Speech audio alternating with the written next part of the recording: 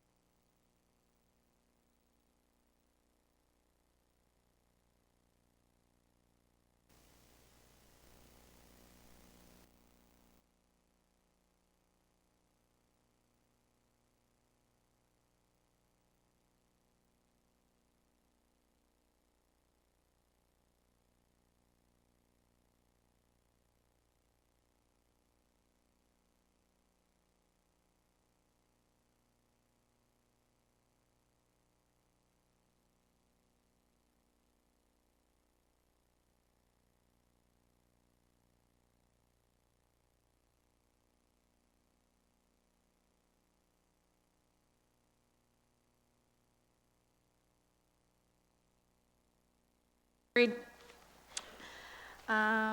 Three motions here. I need a mover and a seconder that staff report CAO 20-15 collective bargaining mandate for OPSU Local 279, April 1st, 2020 and beyond be received as information and remain confidential, and that Norfolk County Council authorize the Director of Human Resources to negotiate a collective agreement with OPSU Local 279 as outlined within the confidential staff report. Mover and a seconder. Councillor Van Pass.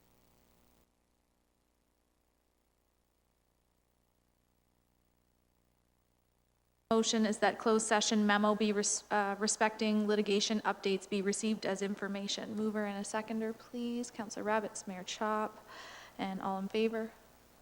And that is carried. And the last one, respecting agenda item 4, committee received legal advice in closed session and provided direction relating to litigation or potential litigation. Mover, or sorry, that's just not a motion, right? Yeah. Thanks. Okay. We're ready to move on to deputations. We have 2 deputations to be heard today. A reminder to the deputations that our procedural bylaw allows each deputation to speak for 5 minutes. I will advise when there is 1 minute remaining, and we'll now hear from Andrew Gunn respecting his deputation on potential collaboration with downtown Simcoe BIA.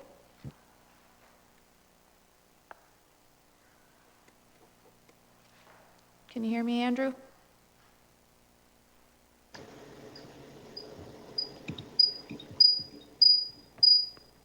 Can you hear me now, Andrew?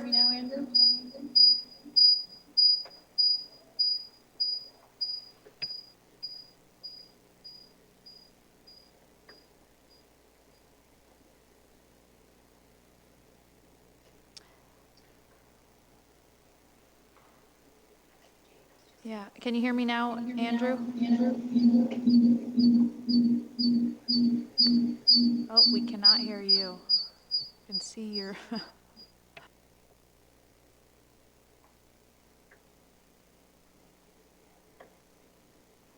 Andrew, you're muted.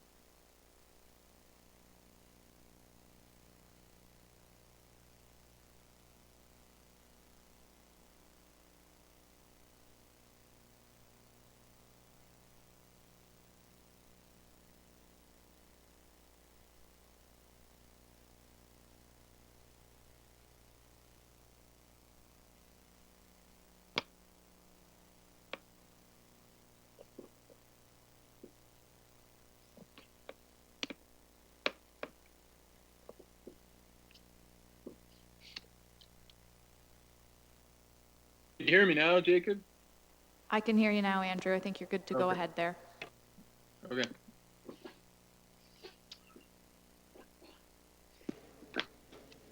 Okay, I can see everybody now. Okay to start? Go ahead. We're ready for you. Okay. Mayor Chop and members of council, thanks very much for giving us the opportunity to speak here today. I have Maddie King along with me. We work for my company, Andrew Gunn Consulting, with Young and Free Press, and we're here today on behalf of the downtown Simcoe BIA. Given the virtual session, we don't want to take up too much time, but I just wanted to highlight some of the items that we had identified in the letter that we sent on June 26th. These are some items that have been brought forward by the downtown Simcoe BIA and business owners in the downtown as items of interest that we'd like to present to council. First of all, in the note, we mentioned the properties in and around Pond and Water Street. This is including the Simcoe Senior Center building. Recently, we had an opportunity to look through the building and the ground. The request from the BIA is that the county solicited a phase 1 environmental site assessment on those lands so that we all have a handle on what is involved there on that property. And then we'd like to work in coordination with the county to invite private developers to bring forward proposals for what could happen on that site. We understand that the county has not yet declared that land surplus, and that would have to be a step that would be taken. But the reason why we're bringing this forward is that that's an important piece of real estate in downtown Simcoe. The setting has a lot of potential along the river and also very close to the downtown core.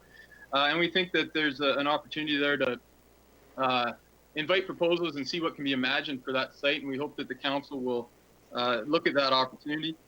A little further down the list, one of the things that we've noticed working in Norfolk County and in Simcoe specifically is that there's often a lot of comments about the street, particularly the lighting, pedestrian access, areas for cyclists.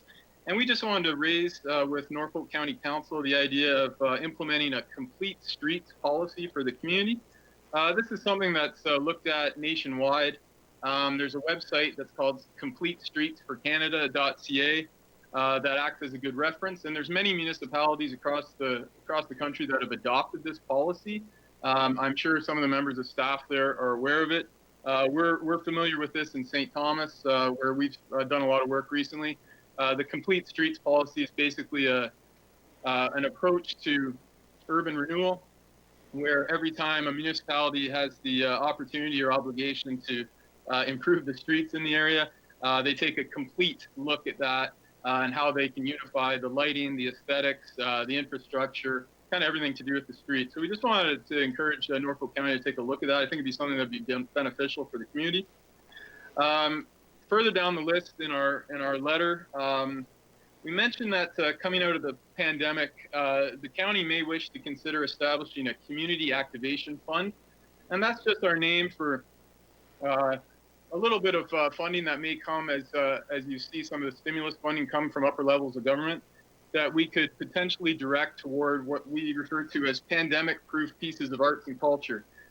Recently, Maddie and I, our whole team, we've had the opportunity to work on some projects in St. Thomas and London, and we've developed a lot of kind of unique approaches to putting things out in public that can be enjoyed year-round, but also during this time of physical distancing with the pandemic. And in Norfolk County, we know that there is an emphasis on the budget, making some cuts to services, including arts and recreation, library services potentially. Some of the projects that we've implemented really address these things, but in ways that are kind of innovative and long-term, including kind of large-scale murals in the community, little free library boxes that add, interesting, like very convenient drop points for people to access library services. And we're just very interested in downtown renewal, specifically for Simcoe, but also for other areas of the community. We know Norfolk County well. We love the place. And I think coming out of this pandemic, there's an obligation there to look at ways to support small businesses. And kind of folding into that point, I guess it's the 6th point in our letter, the downtown Simcoe BIA is looking to set up temporary downtown dining areas. We're actually referring to them as downtown dining gardens to kind of tie into the branding of Norfolk as Ontario's garden. Some members of the downtown Simcoe BIA have been meeting with staff at the county to look at 2 sites. One's at the Norfolk Arts Center and the other's on Pond Street. 1 minute And the remaining idea there, is just Andrew. to support local restaurants, add some space into the downtown to promote physical distancing, but still be allow people to gather together. We look around the area. Sarnia is closing down some of their downtown, some of the main street, Christina Street. Guelph has done the same thing with the downtown dining district. Hamilton, lots of communities. Stratford is another one. And we think this is something that's achievable in Simcoe for sure, and we really want to help make that happen. We have had some private sector sponsors come forward and say that they're willing to make that happen. But we're kind of waiting for the cue from council and from the county as a whole just to say, yes, we want to work and make sure that this can happen. And then the last item that I guess just in the time that we have that I wanted to emphasize was we've introduced a new organization or a kind of a new program in St. Thomas that we're calling a community studio.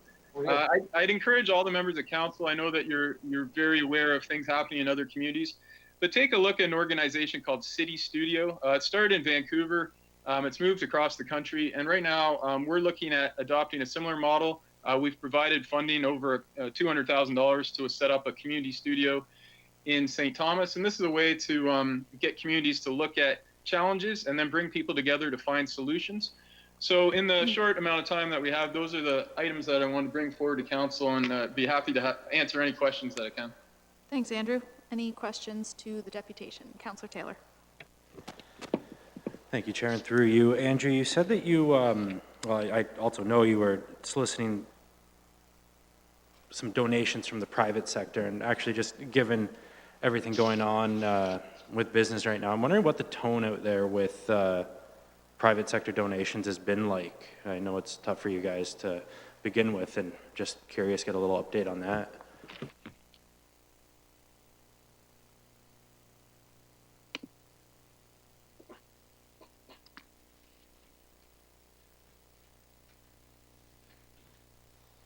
Did we lose you, Andrew? Can you hear us?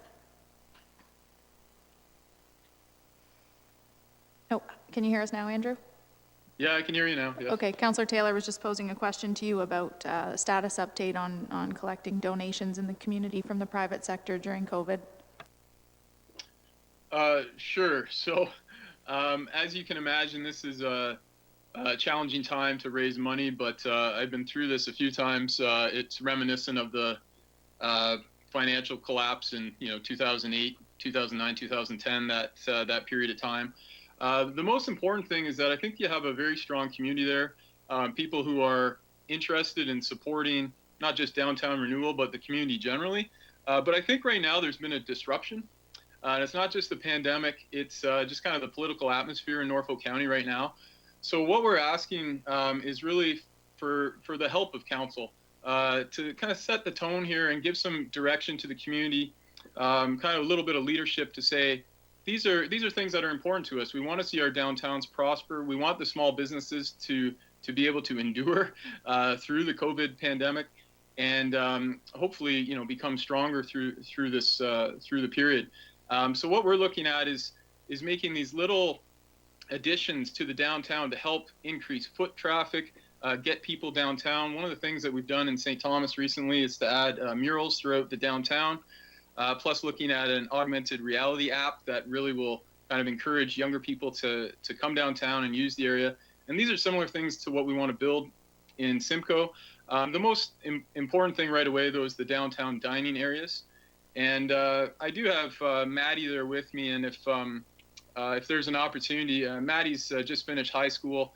She's been working with me for a couple of years. She's been a huge part of all the ideas that we've developed for St. Thomas and London and other areas. And for Simcoe specifically, we've spent a lot of time in the community, and we've listened to people. And I think we're at the point with kind of the list that we've identified here that these are things that would be popular and that would be well received in the community, and we'd like to see those things happen. Any further questions to the deputation? Councillor Rabbits.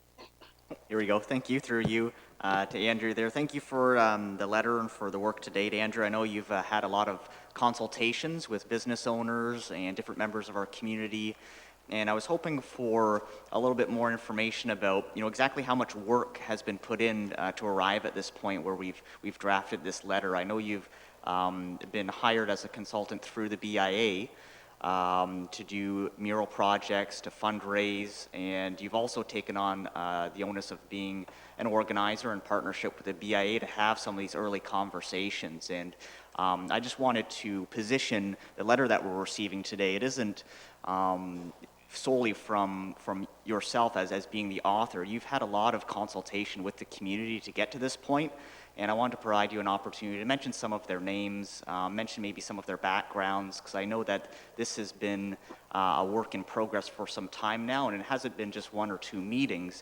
You've been working very hard with the BIA to get to this point, and I'd like to pay credit where credit is due, and there's a number of community members that really this is their voice, and this is what they desire to see in our downtown. Sure. So I guess the most important part would be to identify that the members of the downtown Simcoe BIA, Maddie and I have worked with a number of BIAs and tourism organizations and private companies and partners.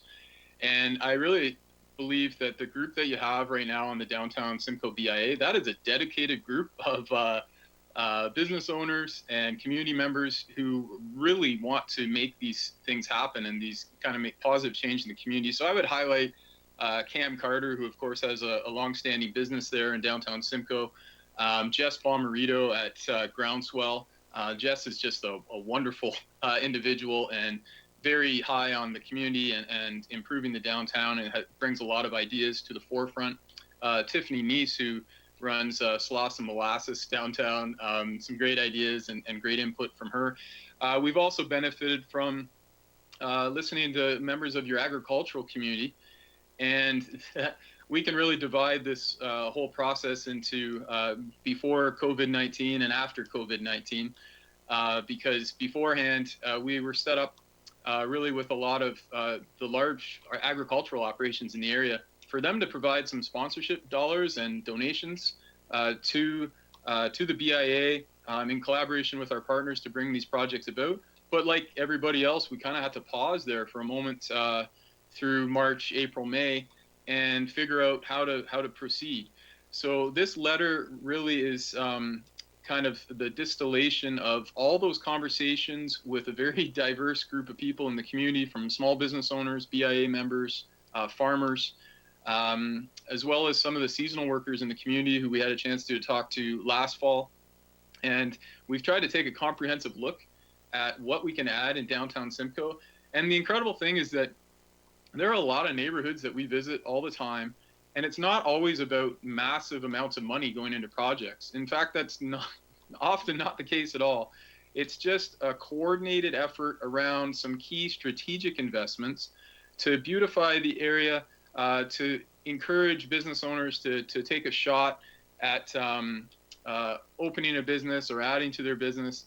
And then we've seen through this pandemic, Maddie made the comment one day when we were traveling around that it's amazing that it's taken a pandemic to get everyone out on the street and a little more flexible in allowing patios outside and working with the municipalities to get these areas outside. So Ian, your comment is well-founded for sure. There's been lots of people who've given us ideas, including a lot of young people, teenagers in the community that we've got feedback from.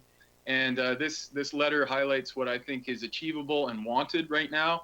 And we just really want to work with the council to make possible whatever we can at this stage. We know it's a difficult circumstance for everybody, but I think there's things here that we can do that help the community right away. Councillor Taylor. Thank you, and through you. First, I have a question for Mr. Burgess, if you'd like me to wait until after we receive the deputation or pose it now. Sure. Any further questions to the deputation right now? I have a question for you, Andrew and or Maddie.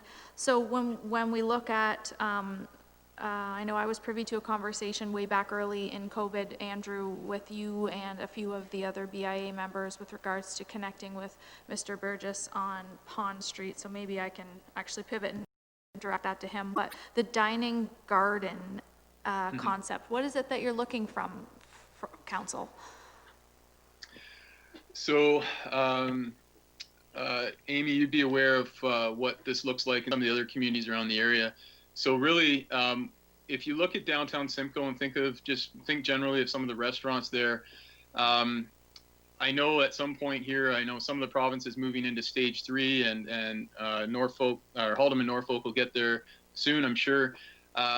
So the ability will be there eventually to use the indoor parts of the restaurants. But really, I think just for health and safety and to encourage people back at all, I think they're going to want to be outside as much as they can.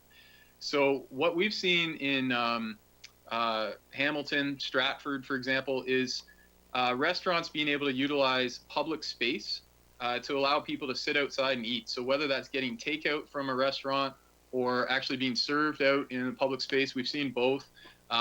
It's a work in progress everywhere, but it's been kind of cool to watch it all unfold. So what we're looking for from the county is just that collaboration in order to, there's one section of Kent Street that we'd like to see closed down for pedestrian traffic and basically for an outdoor dining area to support the restaurants in that area.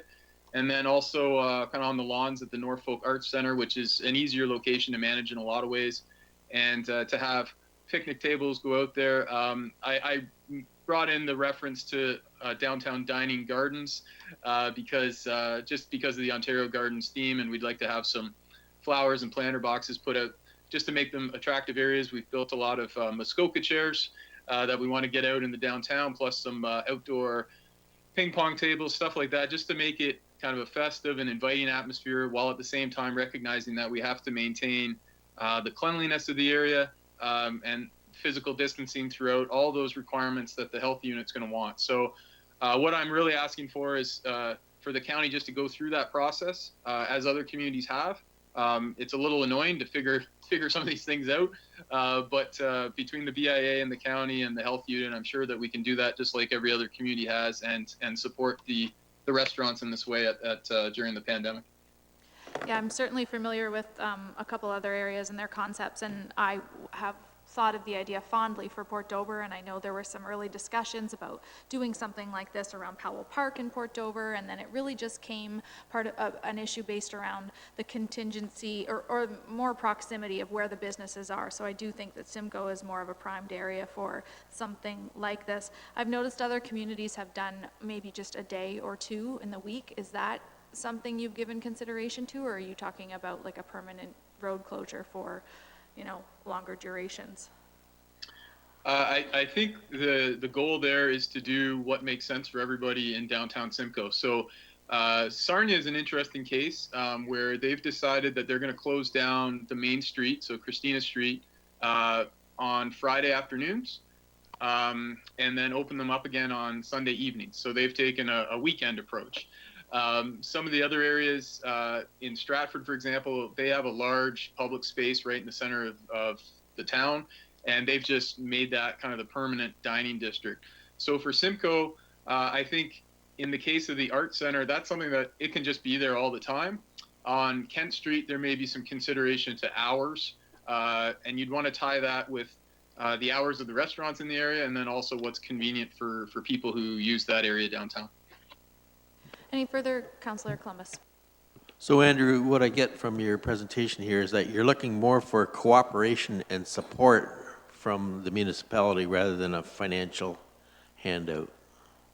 Yeah, I think we're looking more for cooperation and support, Mike. The one thing that I would make a comment on is that I've seen a lot of conversation recently in Norfolk about, and I understand the reasons behind it, for reducing some services or some of the centers, recreation centers, art centers, in an effort to cut costs. But I've rarely seen an example of a municipality cut their way to growth. So what I'm suggesting here is that it would just be kind of like a modest investment by the county, kind of what's reasonable as you see the stimulus funding come through and what you'd like to allocate to, let's call it arts and culture and downtown renewal. We're not putting a specific figure to that. We're just asking the county to consider that and provide what might be reasonable through the downtown Simcoe BIA and in collaboration with other organizations that focus on downtown areas where they're representing small businesses that really need some help right now. So your comment is correct. We're looking more for support and collaboration, but I do see an opportunity there.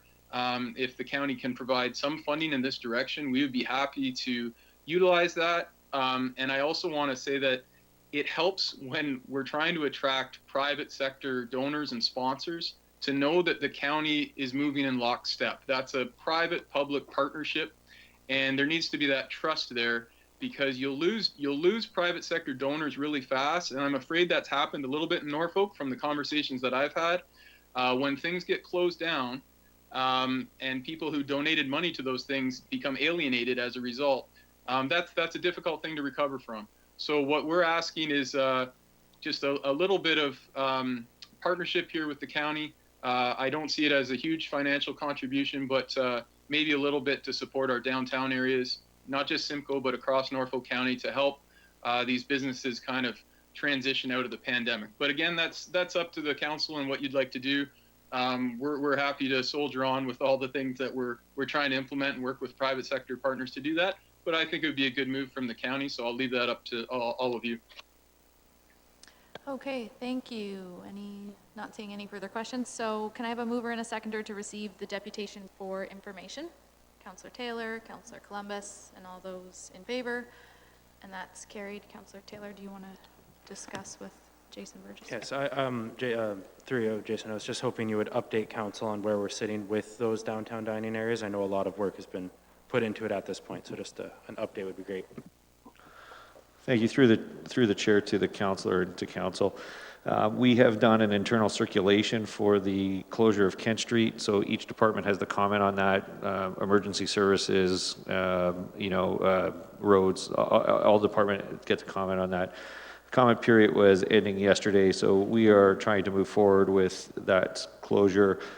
With regards to the Norfolk Arts Center, we would enter into an agreement for $1 for the rental of the outside area to that.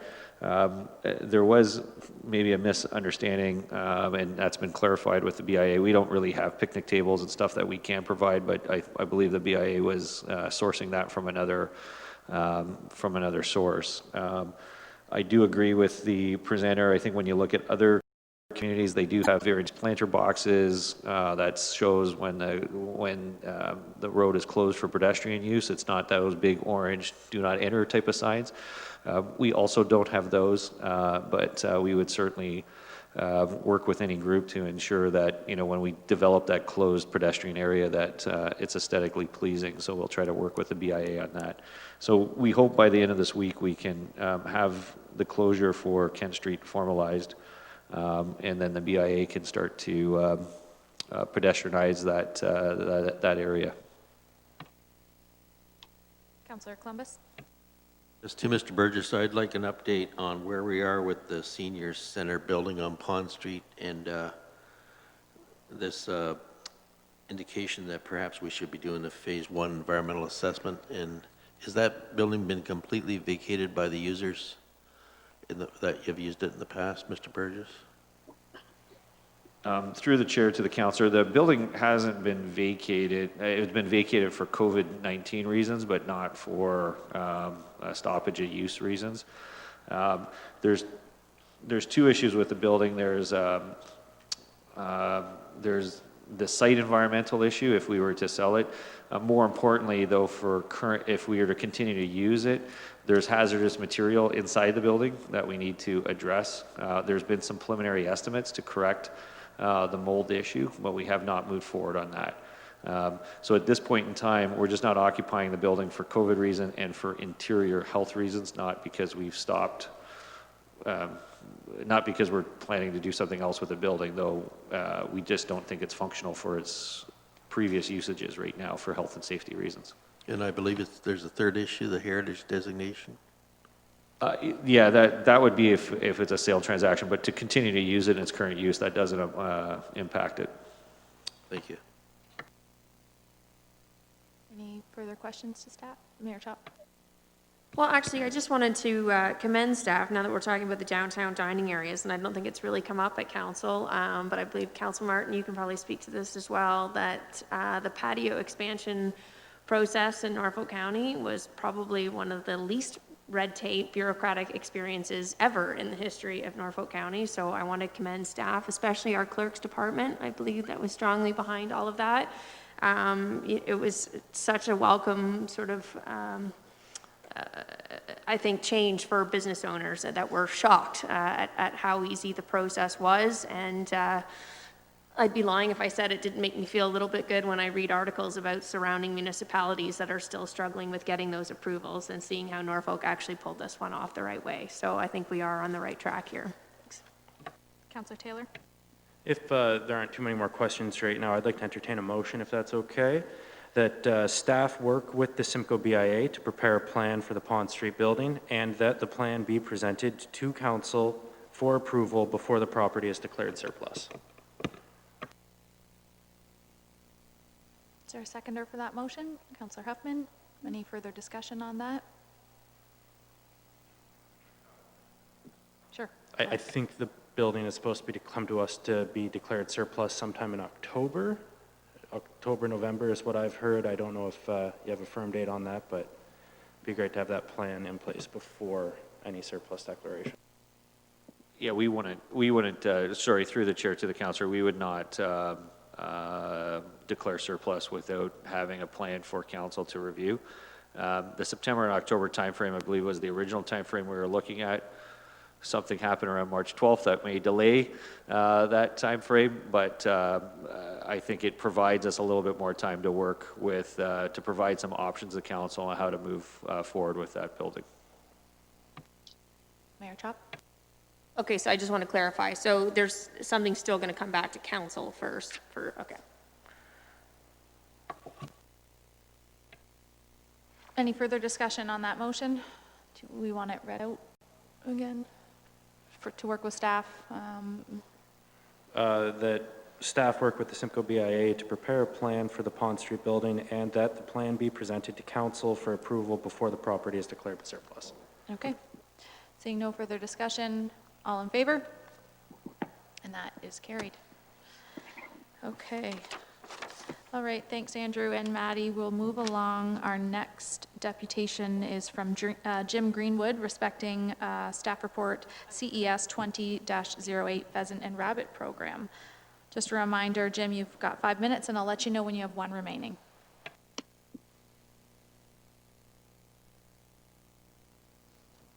I'll just give 1 second here. I think you might be muted, Jim.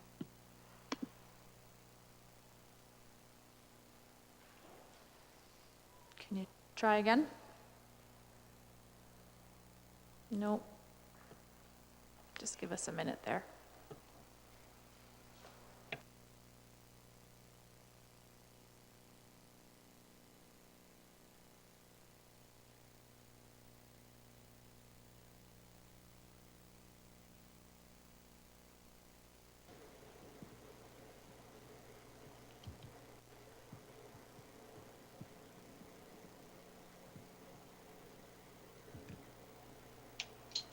Try again, Jim? We're working on it here. I can see the...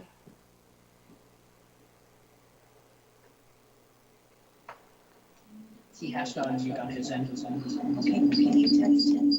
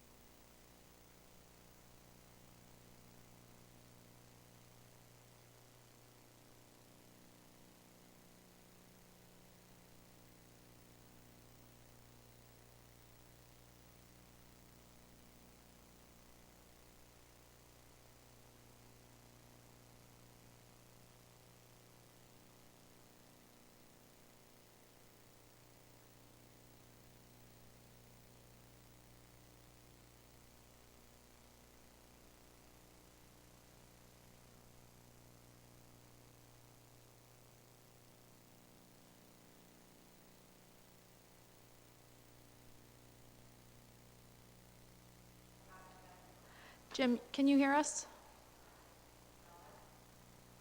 We can't hear you, so I think we're thinking that it's on your end, that you're muted. We've tried it here a couple of times.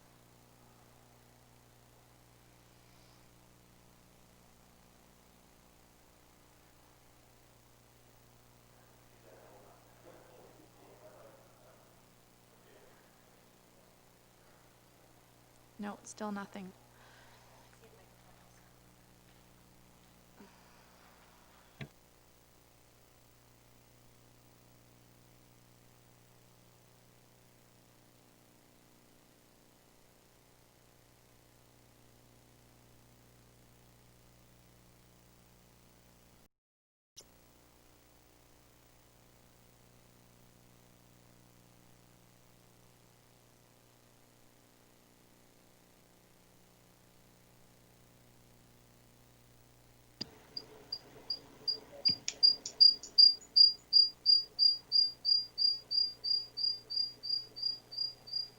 Try now, Jim.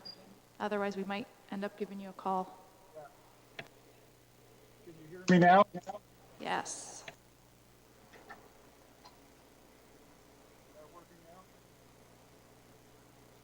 It's a little bit faint, as if your microphone's not working properly. You know what? We've got your phone number here. We can actually just, Just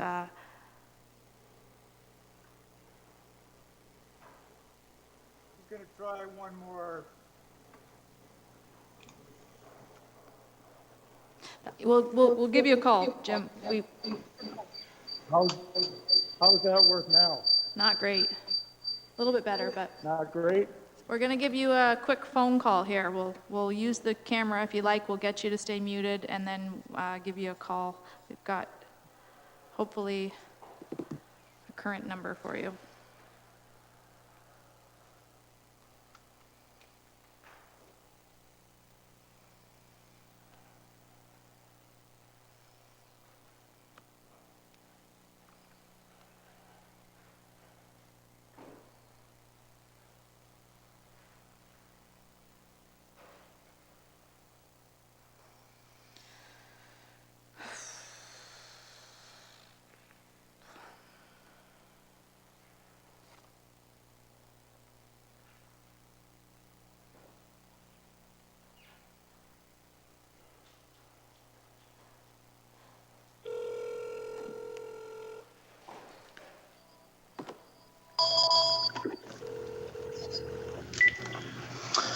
How's that?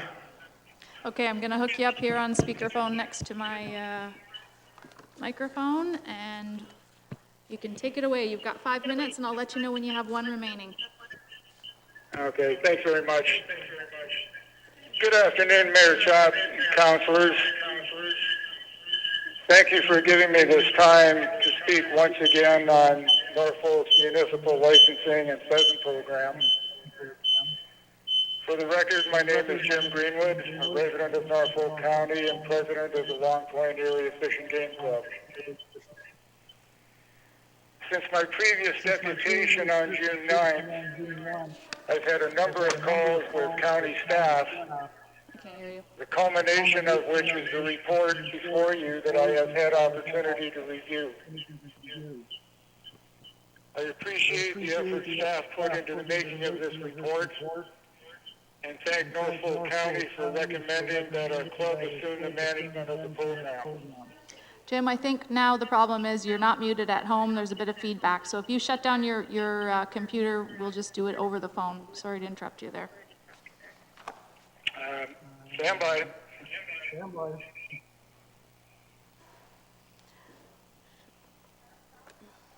Yeah, I don't know how to shut down my microphone on my end.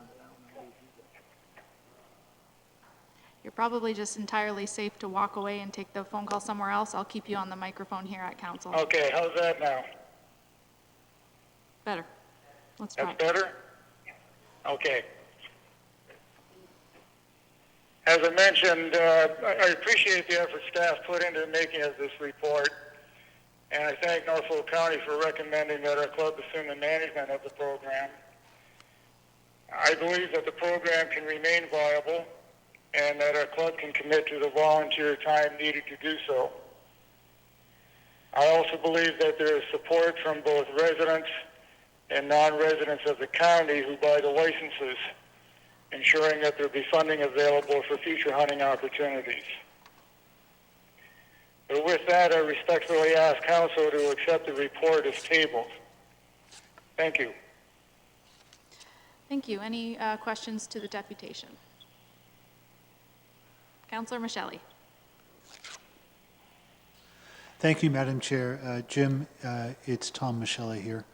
I guess I have a couple of questions with regard to the management of the program. First of all, I know that there's an indication that the release of the pheasants would be done at appropriate times during the hunting season.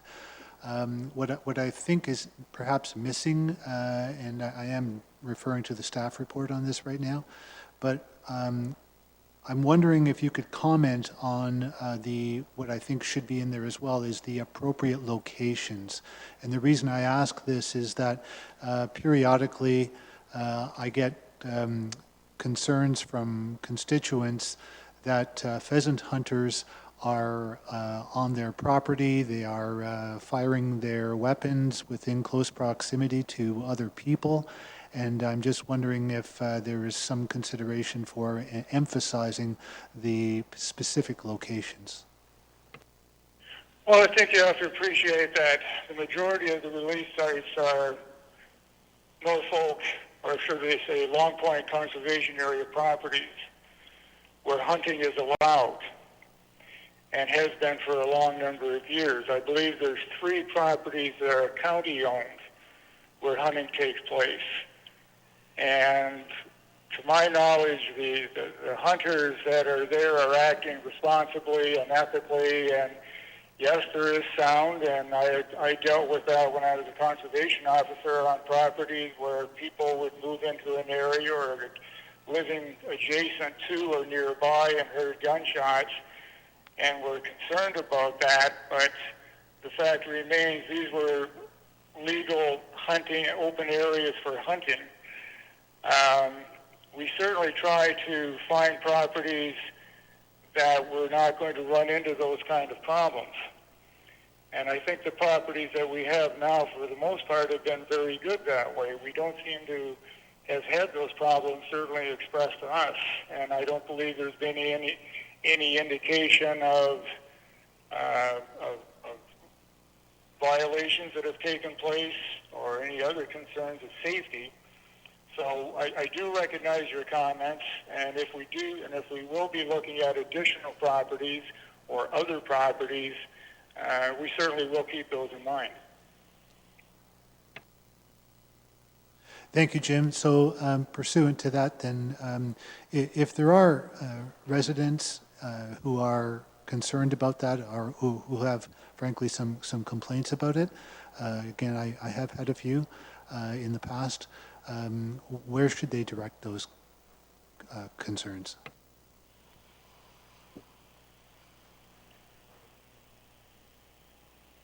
I'm sorry, is there a question with that? If there are concerns or complaints regarding that, where should those community members direct their concerns? If the complaints are violation oriented, if they think laws that are being broken here, then they need to contact the appropriate people, in this case, conservation officers from the Ministry of Natural Resources, or they could contact the Ontario Provincial Police as well.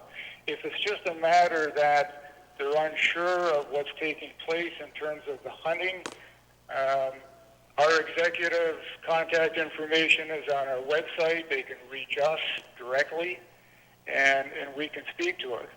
But as I say, if they're concerned about laws being broken, then they have to approach the appropriate agencies to deal with that. Thank you, Jim. And just one last thing, though. So I guess what I would also, in addition to that, ask is that hunters be appropriately educated about locations and about those other issues, so that the complaints are definitely kept to a minimum. Yeah, there's no question. And we can keep those minimized and we like to think that hunters are educated enough that when they're out in the field, that they're acting appropriately and acting ethically and certainly within the laws that they're required.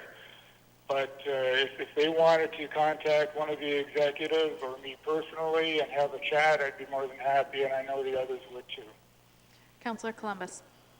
Yes, Jim, will there be a registration process where the hunters would register with your organization? And what percentage of the hunters are non-resident versus resident? I can't answer that, Mike, only because I haven't had a look at the previous year's licensed sales. There is a breakdown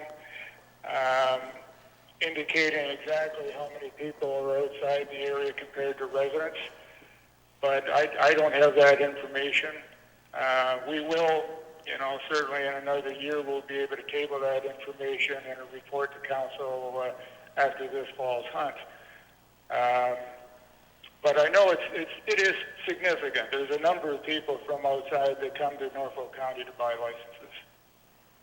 And what percentage of the birds, there's 750 to 785 birds released, what percentage do you think are harvested? Probably the majority. By question, these are not wild birds per se. These are birds that are farmed. They're put out there with the intention of being hunted and killed. Yes, there are a few that escape through the winter, and if they can get by predators, whether they're avian or terrestrial predators, you may still see the odd bird walking around next spring. But typically, the birds are taken with the reason why they're being put out. Thank you. Any further questions to the deputation? Okay, seeing none, can I have a mover and a seconder to receive the deputation as information? Councillor Rabbits, Councillor Taylor, any further discussion? All in favor? And that is carried. Okay, Mr. Cridlin, you may now present staff report CES 20-08. Thank you, Madam Chair. To County Council, I will be brief. Just following up on the deputation, yes, this report is based on a follow-up to the 2020 budget. Council agreed to cut the program as the cost, because for cost savings. As the report points out, the 2018-19 year was about a $1,300 hit on the levy, and on the 2019 and 20 was about $3,000. So the Long Point Area Fish and Game Club, who has been part of this program for a number of years, especially with the release aspect, surfaced and asking to take the program over. As we know, Mr. Greenwood did a deputation a number of weeks ago. Since then, staff members and club members, mostly Jim, we've met, hammered out a lot of the details, and both sides feel that the club is a really good fit to carry this program on. The only aspect that needs to be addressed by council tonight is the approval. The club needs a little seed money, I'll call it, to get this program up and running, and this is basically to buy the birds. Once the pheasants are bought year one, they will have revenue from that they will be able to then buy their birds for the following year. Staff realized that, this is not an easy one for council to hear, obviously, but I think if I can put some perspective on it, just using the numbers in the report, I believe this does have a return on investment. If you look at the last 2 years, we spent approximately $4,300 on the levy to supply this program. So if those numbers hold true, we could see, within 2 years, that Norfolk County will no longer have to fund this program, and the Long Point Area Game Club will be able to carry on. It also ensures that this hunting heritage will continue with pheasants in Norfolk County. And with that, I would like to thank the club for their interest and working with him, especially Mr. Greenwood for his 2 deputations and countless phone calls and questions and working with county staff. And with that, I'll turn it over to council for any questions or comments they may have. Mayor Chop. Thanks, you, Madam Chair. Bill, did we already collect the hunting license fees for this year? Through the chair to the mayor. Yes, hunting fees come in from September. The season ends in February, so the majority are sold September, October, November, December of 2019. However, there were a few sales that did come through in January and February of 2020. There's also, I believe, I'd have to contact finance staff to see what the amount is, but some of the third supplier or the gun stores and stuff that sold the permits, their money was submitted to the county in January, February of 2020. So some revenue in 2020, most of it was in 2019. Okay, so the revenue in 2019, though, was spent on the birds that were killed in February of 2020. Through the chair, yeah, I guess it's we could say that money has been spent, that is correct. Okay, so then there is some amount, but not the full revenue as kind of presented in this chart for 2020 as having been collected. That is correct, there's a small amount for 2020. So would it not make sense to provide them with all of the funds that have been collected to date? And then if they need an additional loan for this year, that amount would then be repaid back to the county when they sell the, remaining licenses for the year? Through the chair to the mayor. Yes, if that's council's decision, we could find out what that is. And also the report, I believe the recommendation is up to 9,000. And that's based on, we'll have to have conversations with the group. Do they want to go to 750 birds? Can they cut back a little bit? Do they have some funds of themselves? And also the price of the birds may vary. So there is still some negotiation on that, but we should be able to use that money from revenues that came in 220. That would be an appropriate use in my view. Well, to be fair, if I was the group though, and I had up to 9,000, I'd probably try to buy as many birds, as possible. So Good point. my thought is that whatever monies we have already collected on behalf of this upcoming hunting season absolutely should be given to them. And then if there is additional funds that are required, that additional money then would be paid back to Norfolk County out of once they collect their remaining licenses.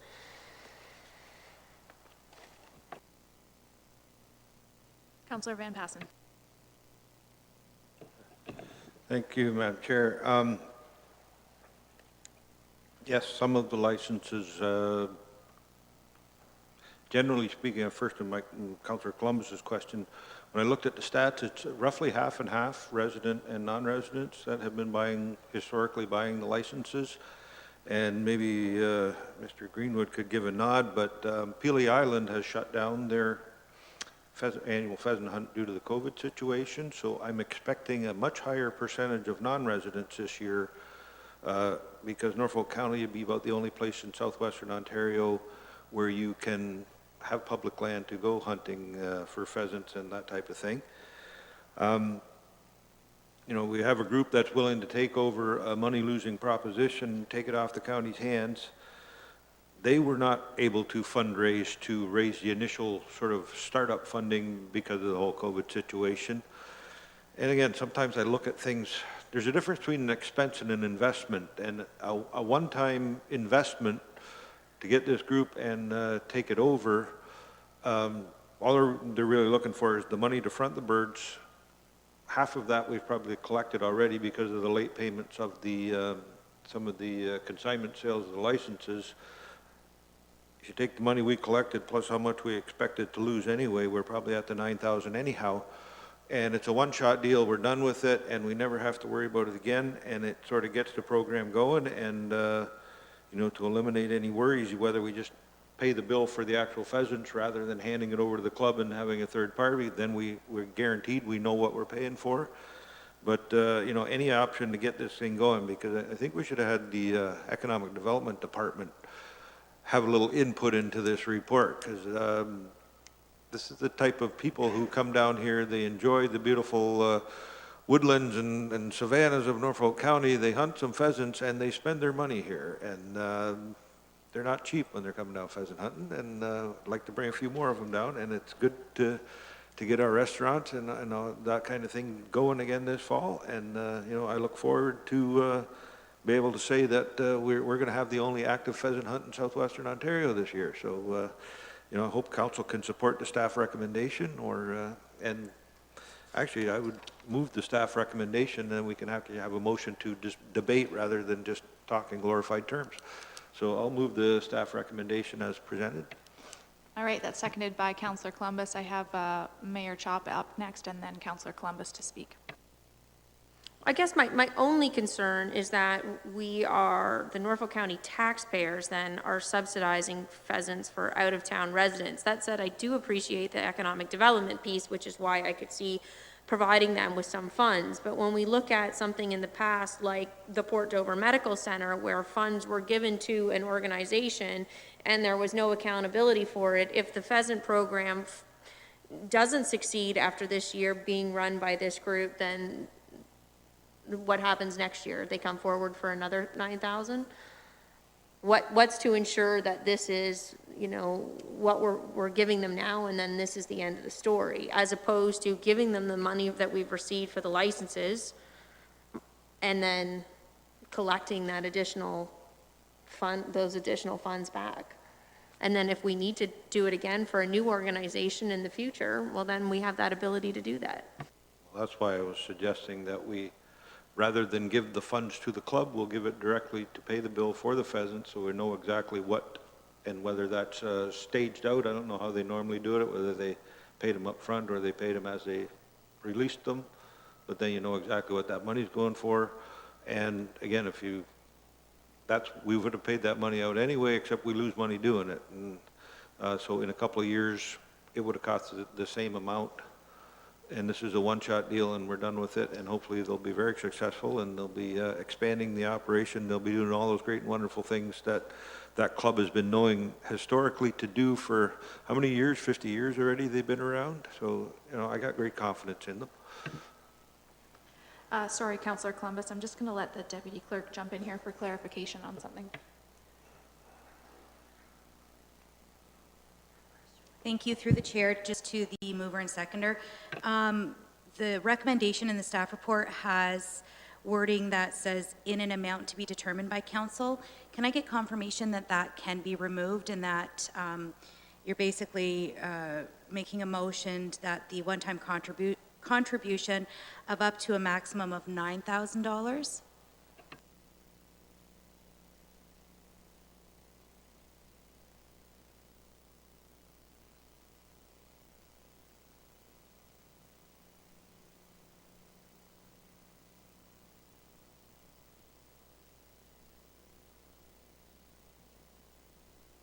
Would you just like to delete the words "in an amount to be determined by council," and that staff recommendation to grant,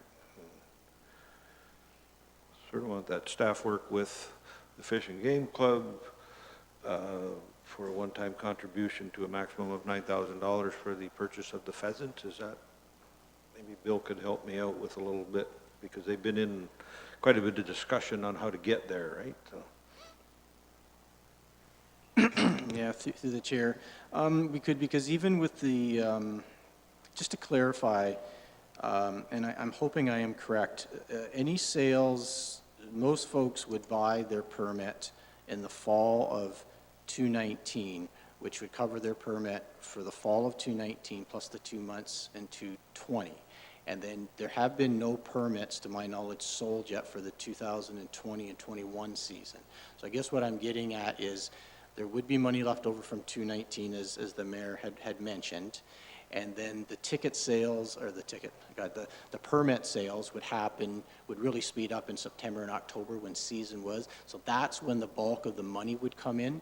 So I guess what I'm kind of angling at is what staff was saying with amount to be determined. If council does determine that amount, I'm sure we can work with the club, because as they start to sell the hunting, they'll have some cash to come our way, but we don't want to cash strap them, so going into the following year, they don't have some money. So there would be some fine tuning with that to make it work, but I think that we've got a great working relationship. We could work that out where we get over this hump. We're going to need some seed money, as I call it, though. Because historically, the birds would be purchased the end of August already from the previous year, the entire previous year's license sales.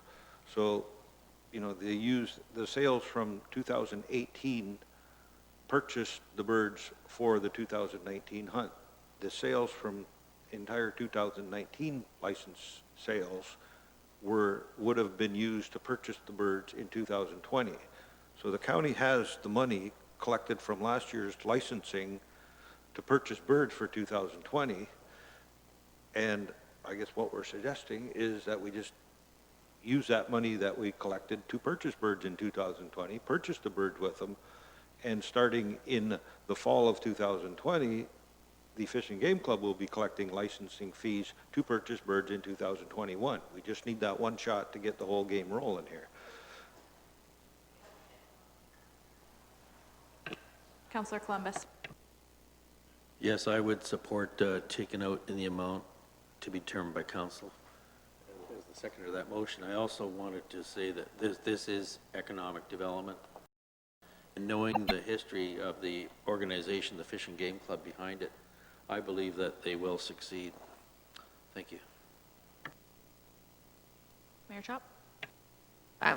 Councillor Van Passen's explanation of the timelines of the bird purchasing has assisted. Okay, we have a motion on the floor that has been seconded. Can we have that maybe clarified, and then we can put it to a vote? Through the chair, so the motion is that council supports staff recommendation to allow the Long Point Area Fish and Game Club to assume all administration and operational responsibilities, including bearing all expenses, risks, and burdens associated with the selling of municipal licenses for the purpose of hunting pheasant and rabbit in Norfolk County and the associated pheasant release program, and that council supports staff recommendation to grant the Long Point Area Fish and Game Club a one-time contribution of up to a maximum of $9,000 for the purchase of pheasants to alleviate the financial risk and burden assumed by the Long Point Area Fish and Game Club in assuming the program for the 2020 to 2021 pheasant and rabbit hunting season. Okay, seeing no further discussion on that, call the vote. All in favor? And that is carried. Okay, thanks, Jim. I'm going to hang up on you here, and we'll move along in the agenda.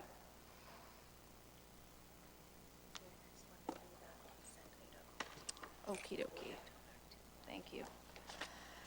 So we're going to bounce back to the consent item on the agenda, which is staff report PD 20-38 Planning and Development Update, and I'll pass it over to Mr. Burgess. Sure, and I'll just ask the clerk. The reason we pulled this was just so we could introduce the new general manager of planning and development to council. So if maybe someone he's sitting out in committee room A, I believe. Mr. Sloan had started this week at Norfolk County. He did put on a tie today to come to committee to say hi. And I think it's, as the memo, which is for information for council, shows that there has been kind of a restart button in the planning department, and Mr. Sloan is a key part to that restart for planning. I'm sure you'll see Mr. Sloan in front of council on a number of critical issues coming forward, but I thought it was important to update council, and that's why Ms. Givens, who's also here, provide an update to council on what's been happening in planning and development.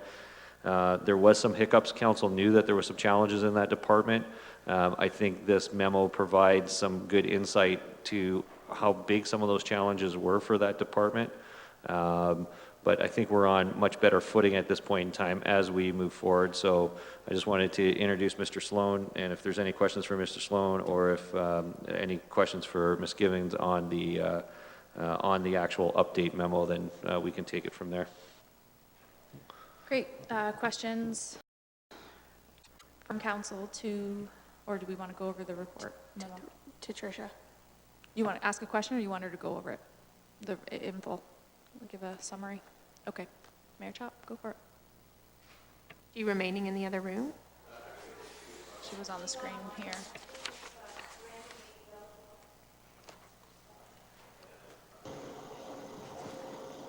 Well, we got to meet earlier. But welcome.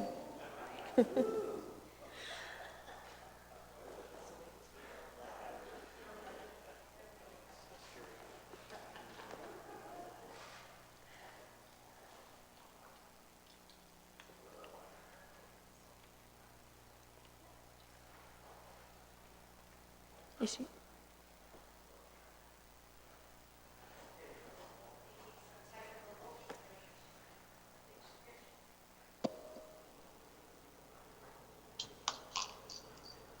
Hi, Tricia. You good? Hi there. I'm sorry, it cut out at the beginning. Were you waiting for me to give you a summary? If you'd like to give a summary, or I just was going to ask some questions, whatever you prefer. I'm happy to answer questions. I guess just the one that sort of jumped out on me, page 7, in terms of the key challenges, and discovering a number of files that weren't tracked properly and so on. I was wondering if maybe you could provide a bit of background, perhaps on maybe the mess that was left behind for you. I think because there was some staff turnover, some of the challenge was there was some files that had been sitting for some time without any action. So one of the bigger challenges was once we had new staff come to get them trained up and then to get them up to speed on the number of files. So I was provided with a list of the outstanding files, and then we found some additional files that required some response. So that was difficult in that there wasn't really a typical transition. In this instance, we went kind of in blind, so that was difficult, and respecting that people were waiting for things to happen quickly. So what we've done now is we know all of the open files. Every single file has been assigned to a planner, and we have a specific timeline in place so that we know when everything will be presented to council or when we anticipate approvals will be granted if it's a site plan. So a lot of work went into just kind of gathering up and understanding what was needed to be worked on. So I think we're in a place where we know where we are, and now we have our 2 additional contract staff, and we're working at reassigning so that we can continue and build momentum to get things moving ahead quickly. Okay, sorry, I thought my understanding was that we had some software from Norfolk County that the planning department had purchased at some point in time, and it wasn't necessarily being used by previous planning staff. Yeah, so one of the programs that Planning and Development uses is CityView. It's a program that the building department uses as well as the planning department. And what we found was not all files were entered to the same level of detail, and that was one of the challenges. So not every planner in the past entered the files fully or put in all the information, and that was part of the challenge for us to actually determine where there were open files and where the gaps were. So there was some get that up to date. So finding hard files and gathering emails from different emails and getting that all uploaded and into the CityView. So now we're at a place where, for the most part, all of the files in CityView are up to date, and we know where we know where the hard files are now. Thanks. So I guess you can buy all the technology in the world, but it's only as good if you actually put it to use. Thanks. That's right. Councillor Columbus. Yes, Ms. Gibbons, you also mentioned in the report the Green Team Initiative. Can you comment on how effective that has been since it's commenced? I think, well, I just have a high level amount of information about it because 2 of the staff on the team are on parental leave right now. But in talking to other staff who are on the team, I think we had some positive feedback in general about how it works and how the team works closely together, and the perception where the developer knows who to contact and always has a person that they can contact if they have any questions. And so I think that was working effectively. So my thought is we can maybe look at how that team worked, and maybe it doesn't need to stay as the green team, but we can look at ways to create that kind of team environment where staff are communicating better and all staff are aware of the stage or the status of the application, but also the developer, the applicant, has a clear path to who they should be communicating with about what part of their application. And the other really interesting thing was it was kind of like everything was applied for at the same time. Even if they had to wait for their building permit, everything was put in collaboratively and together. So there was some consistent response to applications. So I'm suggesting that we take those lessons learned and maybe apply them going forward in a format that works better in our team that we have now. Thank you. Mayor Chop. just was going to add on to Councillor Columbus's question. I think that, would you not agree? I guess my challenge is in terms of differentiating applications, and I think that I'd like the points that you just made, but that's really what we should be applying to all applications that come forward to Norfolk County, not just picking and choosing who's moving through the green stream. Yes, I absolutely agree. Thanks.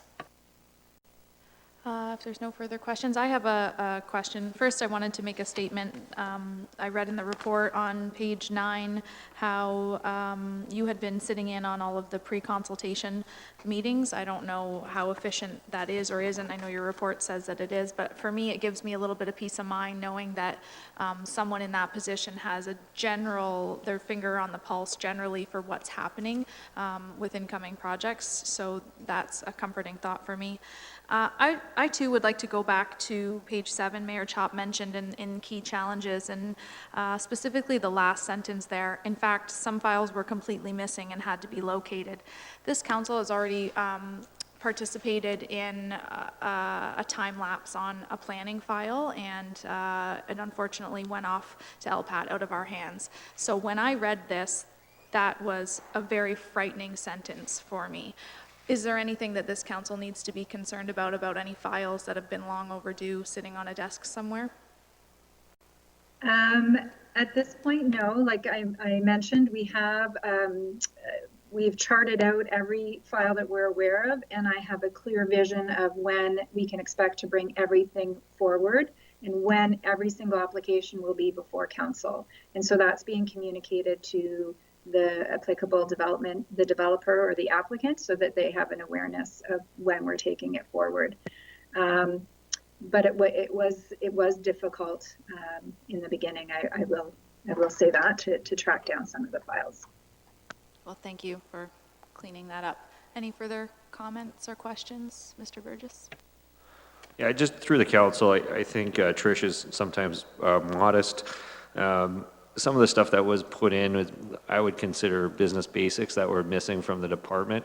And I think when you're dealing with some of the, ensuring that all the files you're supposed to be working on, you actually know, if you don't really have that answer or you're not confident in that answer, it provides a pretty significant challenge to overcome.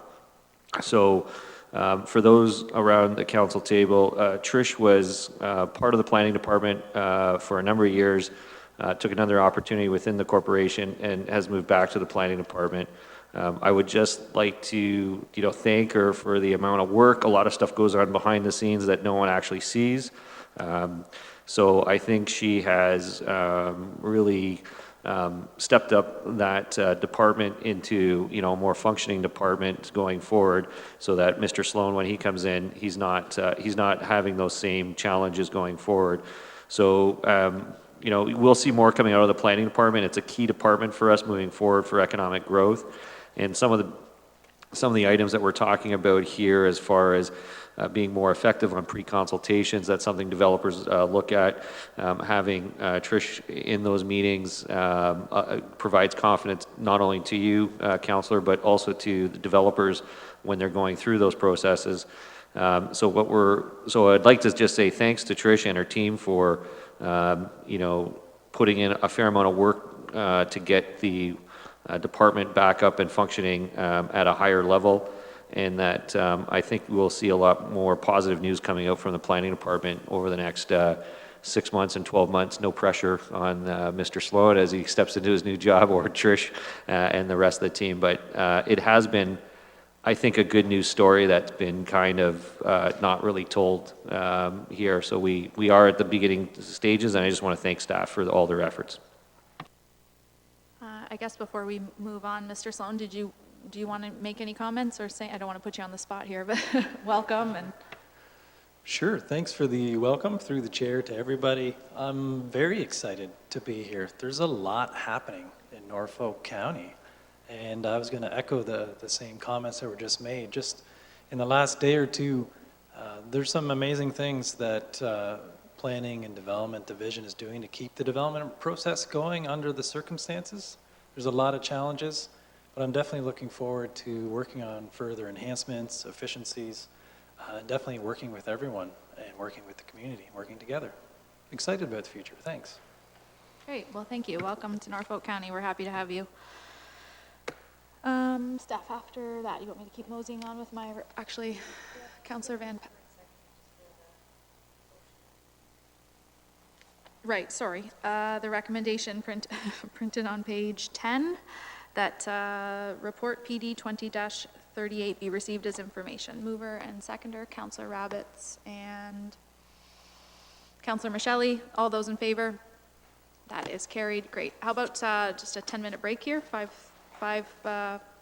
come back at 5:45.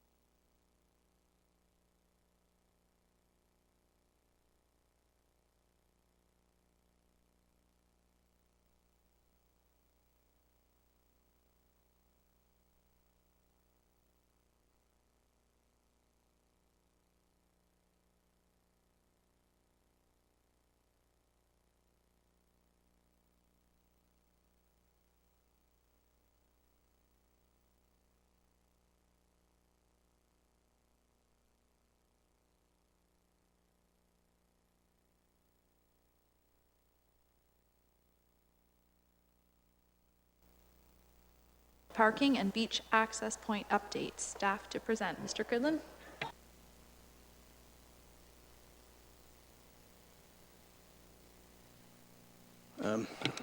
Thank you, Madam Chair. To County Council, Long Point parking and beach access upgrades. The purpose of this report is information, but we do want to, mostly information, but we do want Council to agree to a few recommendations at the end of the report. It does cover the beach access points as well as Erie Boulevard parking. So I'll start with the Erie Boulevard parking.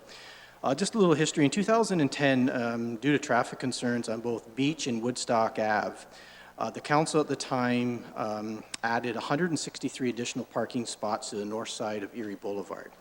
The purpose was to eliminate any traffic congestion that was along Beach and Woodstock Ave. The concept was that people could go to the beach accesses, drop their family off, drive away and park, and then come back and join their family. Before that, there were a lot of calls on people illegally parked, blocking driveways, blocking sight lines and stuff on the Woodstock and Beach Ave area. Also, a recent deputation had mentioned removing of some of the parking spots. Staff fully realize that across Ontario, some areas have did this, lowered the amount of parking in beach resort areas. So as a result, we threw together a quick group of Norfolk County staff, Public Works, CES, bylaw, clerks, I believe, and also some outside organizations, MNRF, who own the beach, OPP, Long Point Park staff, and we had a talk about this. Obviously, CEO was there as well as Councillor Tom was there too. We have decided, or we recommend, leaving the parking in place. For all the reasons that it was put there. We're worried to staff that it is removed, that parking then again would become an issue on Beach and Woodstock Ave. If council did want to reduce the amount of spots, staff are suggesting that on Erie Boulevard between what we call Pine Parkway and Brant Parkway would be the area to do this. And this is because, as I talk about the beach accesses, that area corresponds with that section. Meaning that if you park there, you have a longer walk to go to the beach accesses. So staff prefer or are suggesting that we do a couple other things. We leave the parking in place. There is a sign that is on the causeway. It was bought in conjunction with another partnership, and that partnership has hence ended. So Norfolk County does own the sign. We're thinking of moving that to the north end of the causeway, basically advertising when beach and parking are full, so people will have more notice, more heads up time.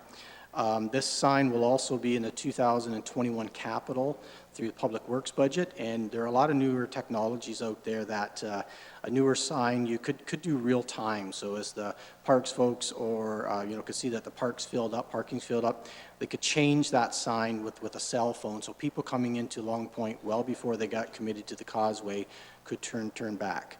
Everybody at the meeting also agreed that more media attention needs to be given and out there, so when crowded conditions exist, to tell people that there is no parking and the park is full. And the provincial park are also looking at partnering perhaps with Norfolk County on that sign. And there's also, staff are talking about the concepts of, paid parking and as well as increased parking fines to deter people from parking illegally there. So that's the Erie Boulevard parking. Beach accesses, I think if you refer, I believe it's attachment 1 in the report, a total of 10 beach accesses. 2 of these at the very west end, being Conductor and Harmony Lane, were deemed very early in 2010 not to be true public access points. That leaves 8. Of the existing 8, if you go back to the attachment 1 there, you see that staff are recommending that 115B and 137B Woodstock be closed due to the steep drop-offs, and that's attachment 2. I hope my photos have did that justice. The one's got a break wall through there, which is about 7 feet tall, and the other one is quite a slope. Staff also recommend that bathrooms be placed, additional bathrooms be placed at the Abigail Park parking lot. I call it Abigail Parkway. There are presently 3 now, and that was kind of limited at 3 this year for some cost containment. However, with the summer we're having, staff feel we should go back to the 6 there. And also toilets should be set at 97B and 165B Woodstock and 53B Beach Ave. Again, the first attachment gives you the numbers and where that is. Staff are also, one thing that became obvious as we put this together with the new council and even with older councils, there always seems to be the start of the beach season. The beach accesses, like I said, are dynamic. They change. Sometimes they're closed, sometimes they're open. We're recommending that we come in April or May to each council with whether it's a report or a memo, just telling council that here are the beach accesses that are going to be opened, and here's the ones that are going to be closed and the reasons why, and here's where we feel we should place the portable washrooms, and the portable washroom placements are strategically set. So you know, they're at an open beach access, and if one is closed, you try to split the difference. We feel that'll go a long way to inform council and inform the public good and early what people should expect there in the summer. So with that, I will turn it over for any questions that county council may have. Councillor Michelli? Thank you, Madam Chair. First, just a couple of items to clarify or correct for council's information. In the executive summary, it indicates that the motivation or the impetus for the report was due to a deputation that was made regarding reducing the number of parking spaces. Just to correct and add to that, that deputation was made during a Board of Health meeting, and the intent of the deputation was at that time was to reduce the parking spaces due to COVID-19 concerns. So I just want to add that as a piece of information. And Madam Chair, if I can ask a couple of questions now, thank you. Mr. Cridland, in your report, you indicated that you had asked had some consultations with the business sector about this topic. Can you give us an idea what types of questions you were asking them during that conversation? Sure. Through the Madam Chair to the councillor. Yeah, part of the meeting we had earlier with the outside agencies, there was talk about you know, what the business sector felt about the parking, just to get their input. So I had met with 3 or 4 businesses, emailed a couple others, and some text messaging, and talked on the phone to the president of the Long Point Chambers. And basically, they were fairly brief interviews, but they were, in your opinion, is the parking on Erie Boulevard needed? And that was yes. And do you see a downside to the parking being removed? And most of these business owners have been in business or around since 2010, and they just basically said it was there for a reason, and we see that it has cleaned up the beach and Woodstock area, and it organizes things, and we're in favor of leaving it. Thank you. And during the course of that conversations, was there any consultation with private property owners? Through the chair. No, not for the purpose of this report.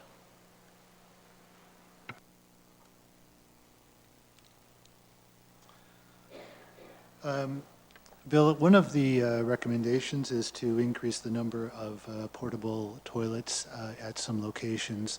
And I'm just wondering, due to COVID-19, one of the indications is that the servicing by the provider will be done 3 times weekly. Is there a prohibitive cost to increasing the number of times that's done? I had some concerns that that might not be enough to really properly sanitize those facilities. Through the chair, you are correct. The 3 services, I'll call them, of the portable toilets we do each year. So that is a full cleaning by the contractor, cleaning of the bowl, removal of the bowl area. What we have as well is we do have summer students who work the weekends, And part of their job was collecting the garbage in Long Point, collecting the garbage in Port Dover. Seems with all the people we have coming, it's a big garbage year, so that's hopefully going to cut down on the amount of overflowing cans. And we've made part of their summer duties to do what we call kind of disinfect. They wipe down all of the high touch points with disinfectant, and that is done 2 or 3 times a day in Long Point as the students make their round between Port Roan, Long Point, and actually down to Turkey Point. Thank you. Madam Chair, if there are other of my colleagues that have a question now, I'd certainly give them an opportunity. Sure, thanks, Councillor Michelli. Councillor Columbus. Thank you, Madam Chair. Bill, we have an overabundance of visitors, particularly on weekends, hot weekends. And I noticed that our revenues are probably just the fines that we fine people for illegal parking. Probably the biggest revenue we get. Any thought to other forms of revenue that we can charge these non-residents? For example, I remember 10 years ago, I mentioned having people pay a toll to use the causeway. Any thoughts about that? That would offset the cost for the road and the bridge repair and get some of these people that are creating nuisances with parking. Through the chair to the councillor, I'm not an expert on what has to come into play with a toll road, but I mean that's an option, and I do agree. I was around when that was talked about and not gone with. I do know that there was a lot of talk at the meeting we had about having paid parking, and whether that was some sort of meter or permit or how we would do that. So you're collecting parking fees coming in, because I think we've all heard stories where somebody will get a parking ticket for $53 and gladly pay it, because if they go to someplace else in Ontario, that's still a cheap day to park the car and spend the day at the beach. So we are looking at paid parking, and again, the toll road, I think we'd have to have some more input maybe from public work folks or legal on just exactly how that would work. Well, it might be something to investigate. Thank you. Through the chair, just to answer the City of Toronto a number of years ago attempted to toll the road. It has to require provincial approval to toll the road. One of the challenges whenever you attempt to toll a road, it's a reimbursement. It's supposed to be a reimbursement for the cost, but in most cases, these roads have multiple levels of government who have contributed to the road, so it's difficult for one municipality to toll the road, collect all the funds. It would have to fund each of the levels of government, and you would require approval, and there's been almost no precedent for a municipality to include a toll. But the paid parking is something that we'll be bringing to council, both for this location and a few other locations to look at. We can take a look. We can take a look for looking for other revenue sources, but we can bring something back on the toll road, but it has been tried before by City of Toronto, and it just hasn't been successful. We're Norfolk, not Toronto. Councillor Michelli. Thank you, Madam Chair. Just again to provide council with some further information, further consideration as a result of some of the discussions that were had with all of the major agencies that were involved in the meeting that Mr. Cridlin mentioned earlier.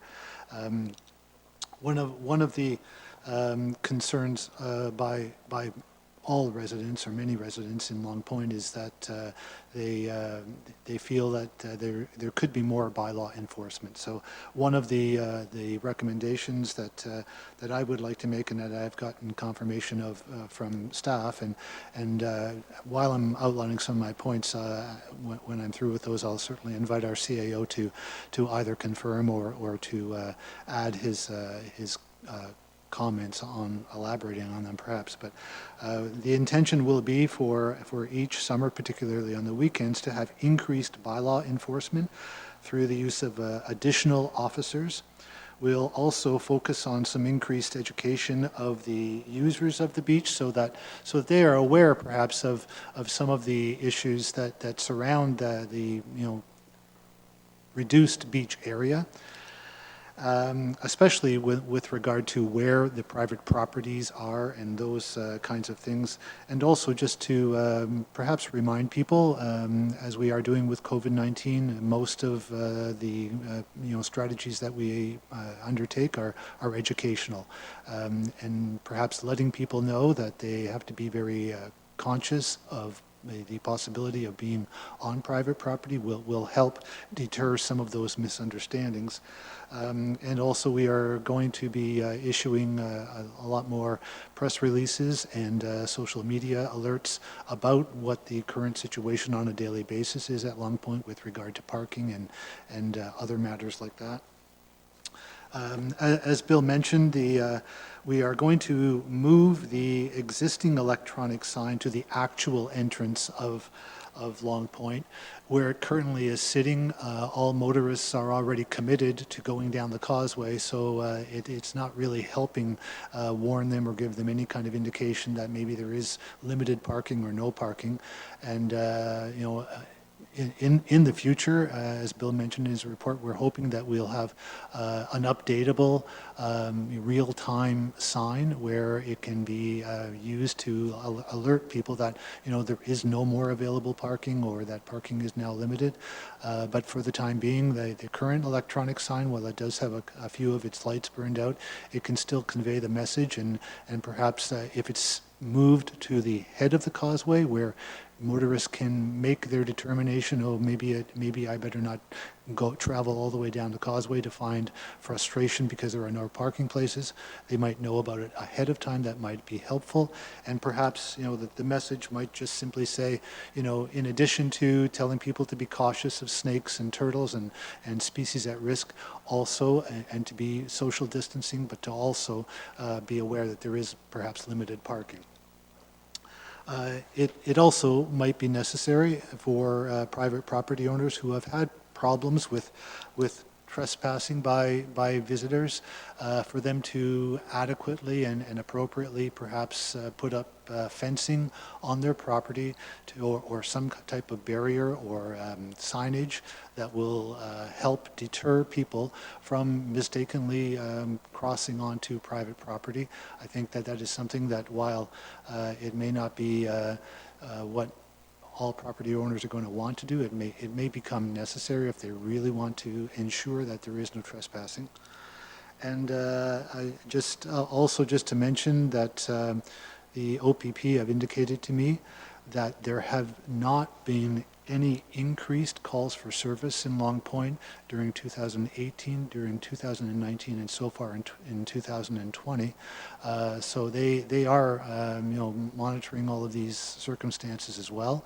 So that is another thing for council to consider. And also, while the Ministry of Natural Resources and Fisheries has made a comment that it certainly appreciates the county's support that we give in maintaining the beach, because they have, as I think many of us know, limited resources of their own. And so if in that event, we have to do a good job of maintaining and monitoring all of those associated features with regard to the beaches, and also the just connected to perhaps the beach accesses. There have been a number of people, and I know that Mr. Cridlin said that he did not canvass too many of the residents, the private property residents, but there are some people in Long Point who have been asking to have some of those accesses opened so that they too can use them. And I think that, again, I do like the idea of Mr. Cridlin's suggestion that every April we're going to get some kind of an update on all of these. And just as I mentioned earlier, I'll let our CAO add or elaborate on any of those points I've made. Through the chair to members of council, just one, I agree with Councillor Michelli. The one thing is, just to be clear, we're not going to add any bylaw officers. We're just refocusing our alignment to higher risk areas, Long Point being one of them. We have certainly stepped up our ticket enforcement in that area. The other thing, we will enter in discussions with Parks Canada. Parks Canada can, we'll probably set it up for next year. Parks Canada can actually also write tickets on our behalf on areas that they can control, so they can actually write parking tickets on areas that are municipal property that borders onto their property. We have to put the procedures in place to do that, and it's something we would take a look at next year. The media, we're finding that we need to be a little bit more proactive with our media releases and working with the agencies to get the same message out for when we do have constraints both on beach area or parking constraints, that we need to be a bit more proactive with the media. So that's something that we, as Councillor Michelle said, it's something we are working on. Councillor Huffman. Thank you, Chair. Mr. Cridling, you mentioned that no private residents were asked about any of this. Is there a reason why, or if you could just explain that further, that decision? Sure, through Madam Chair to the councillor. After the meeting with the outside organizations, it was just a comment that I think it was kind of on the heels of the Port Dover beach and bathrooms and things, had we touched base with the local businesses? And my comment was no. As far as the public, I don't think there was a time frame to go to everyone. I know in 2010 when this was put in, there was also a committee formed 2012 and 13, I believe, on that. So no, I do apologize to people there. There wasn't time to go to all the residents. It was just, let's get a snapshot of what the businesses think. They're in touch with people that come, that go. They have an understanding, and that was it, kind of a hurry up huddle to get this report here the following week. Councillor Van Passen. Thank you, Madam Chair. I realized long ago in life that you can't keep everybody happy. There is no perfect solution where everybody will be happy. I think staff has brought a good report with a good recommendation to make the best of a bad situation, and I would be happy to move the staff recommendation on page 22 and 23. Councillor Michelle, did you want to second that or add anything to that? Or did I miss your hand and you moved it? Well, yes and no, but I will wait to get a seconder, and then I will have an opportunity Sure. to speak. Looking for a seconder, Councillor Taylor, and we'll have discussion on that. Go ahead, Councillor Michelle. Thank you, Madam Chair. I think in this case, I have to concur with Councillor Van Passen. As we have heard, the history of this circumstance is now 10 years old. Ultimately, a decision has to be made. There unfortunately appears to be very little room for compromise on this topic. And as Councillor Van Passen mentioned, any decision that Council makes today will make some people very unhappy. For myself, I have to rely on the experience and the expertise and the qualifications of our senior staff who have much more familiarity with this topic and with these certain types of conditions. And so while I do have to say, I do wish that property owners had been canvassed for a more broad picture of this question. But for myself, again, I can only speak about the communications that I have had. But I think if they had been canvassed, we would have found that even among private property owners in Long Point, they too are divided about the parking issue and the beach accesses. I believe that the most significant improvements in this particular circumstance as we approach this in 2020 for the summer will be that increased bylaw enforcement, as our CIO mentioned, to reposition or reallocate some of our staff to Long Point to help with all of the assorted issues regarding parking and trespassing and social distancing and all of those other items of concern to many people. And I think that if, frankly, if visitors come to Long Point and they park illegally, they should expect to be ticketed. If they trespass, they should expect to be fined. If they break the law, they should expect to be charged. Yes, there have been some examples of some bad behavior in Long Point, but they are the unfortunate exceptions. The vast majority of people are respectful and law-abiding, in my view. Bad behavior is an unfortunate distraction from this entire issue, and no amount of council decision is ever going to eliminate all bad behavior. We do not live in a perfect world. Access to this publicly owned beach is a right that I think everyone has with all the appropriate measures in place, all the enforcement, all of the attention to it.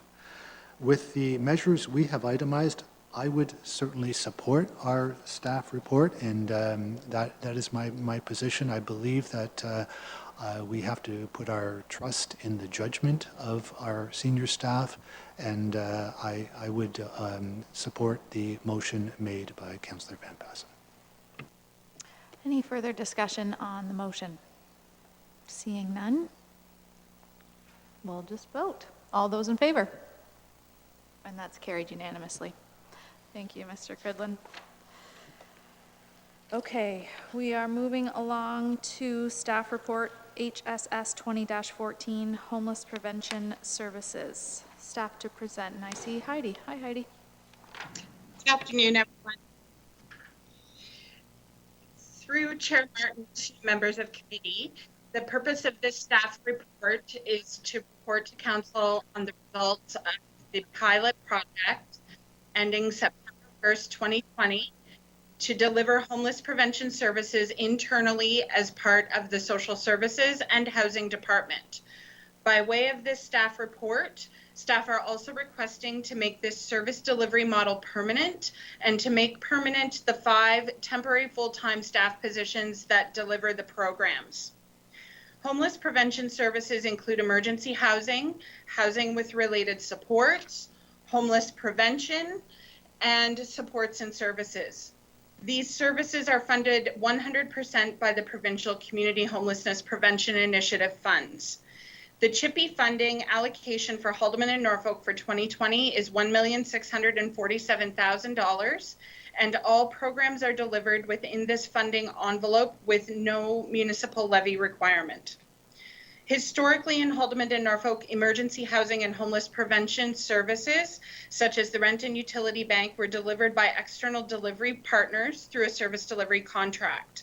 A program review was undertaken by Org Code Consulting, internationally known leaders in the areas of housing first and homeless prevention. The program review recommended that homeless prevention services should be delivered by the Social Services and Housing Department as part of the role of the Consolidated Municipal Services Manager. The department undertook the pilot project to implement internal service delivery, which ends on September 1st, 2020. Throughout the pilot, a number of successes have been achieved as a result of this change in service delivery model. A list of accomplishments is included in the report. However, I would like to highlight a few. The implementation of coordinated access for emergency housing and homeless prevention services. Those in need of assistance and community partners who support them are able to contact one number to access all services. This is an easier way of accessing programs for those who are vulnerable and need support. A shift in service delivery model to diversion from emergency housing as a first line of response. This is important as it promotes working with people to address their issues related to homelessness without entering emergency housing. People are encouraged and supported to find solutions and to help support themselves. This promotes independence and also reduces reliance on an emergency housing system that is a more intensive and costly system to administer. Diversion also focuses on permanent rather than temporary solutions to homelessness. We have secured 21 beds of emergency housing throughout Haldimand and Norfolk with block funding at a rate that is lower than the per night market rent for motel rooms to ensure consistent availability of rooms for those who truly need them and reduce the overall cost of the emergency housing program. There has been increased collaboration and integrated service delivery between social services, housing, and homeless prevention services. An integrated wraparound service is considered a best practice for vulnerable people. It provides better levels of support, is more effective and efficient, and reduces gaps and duplication in service. And finally, we have an increased ability to monitor CHIPI expenses in real time rather than relying on reports from external partners. This ensures that provincial funding is maximized and that expenditures remain within the provincial envelope. I would also like to acknowledge the work of the Homeless Prevention Services team during COVID-19. The team has led the delivery of the Social Services Relief Fund programs, including the COVID Community Food Program that has, in collaboration with community partners, provided meals, essential grocery, and personal items to people who are vulnerable and isolated during the pandemic and who have no natural supports in the community. I'm very proud of the work of the homeless prevention team during the pilot, and I'm recommending that this method of service delivery be made permanent within the Social Services and Housing Department. This will also require that the 5 full-time positions that are currently temporary be made permanent. This includes 1 program manager, 1 intake diversion worker, and 3 housing support workers. Homeless prevention services are mandatory services according to the Housing Services Act. And by delivering the services as part of our department, we can ensure that best practices are used to support people to live independently and contribute positively to the community, while also ensuring that we are being efficient and fiscally responsible. And with that, I'd be happy to answer any questions. Thank you, Ms. Van Dyke. Councillor Columbus, go ahead. Thank you, Madam Chair. Heidi, good report. Just how many vulnerable persons would be using this program per year? Thank you, Madam Chair. Through you to Councillor Columbus, we have had 290 people exit the emergency housing program.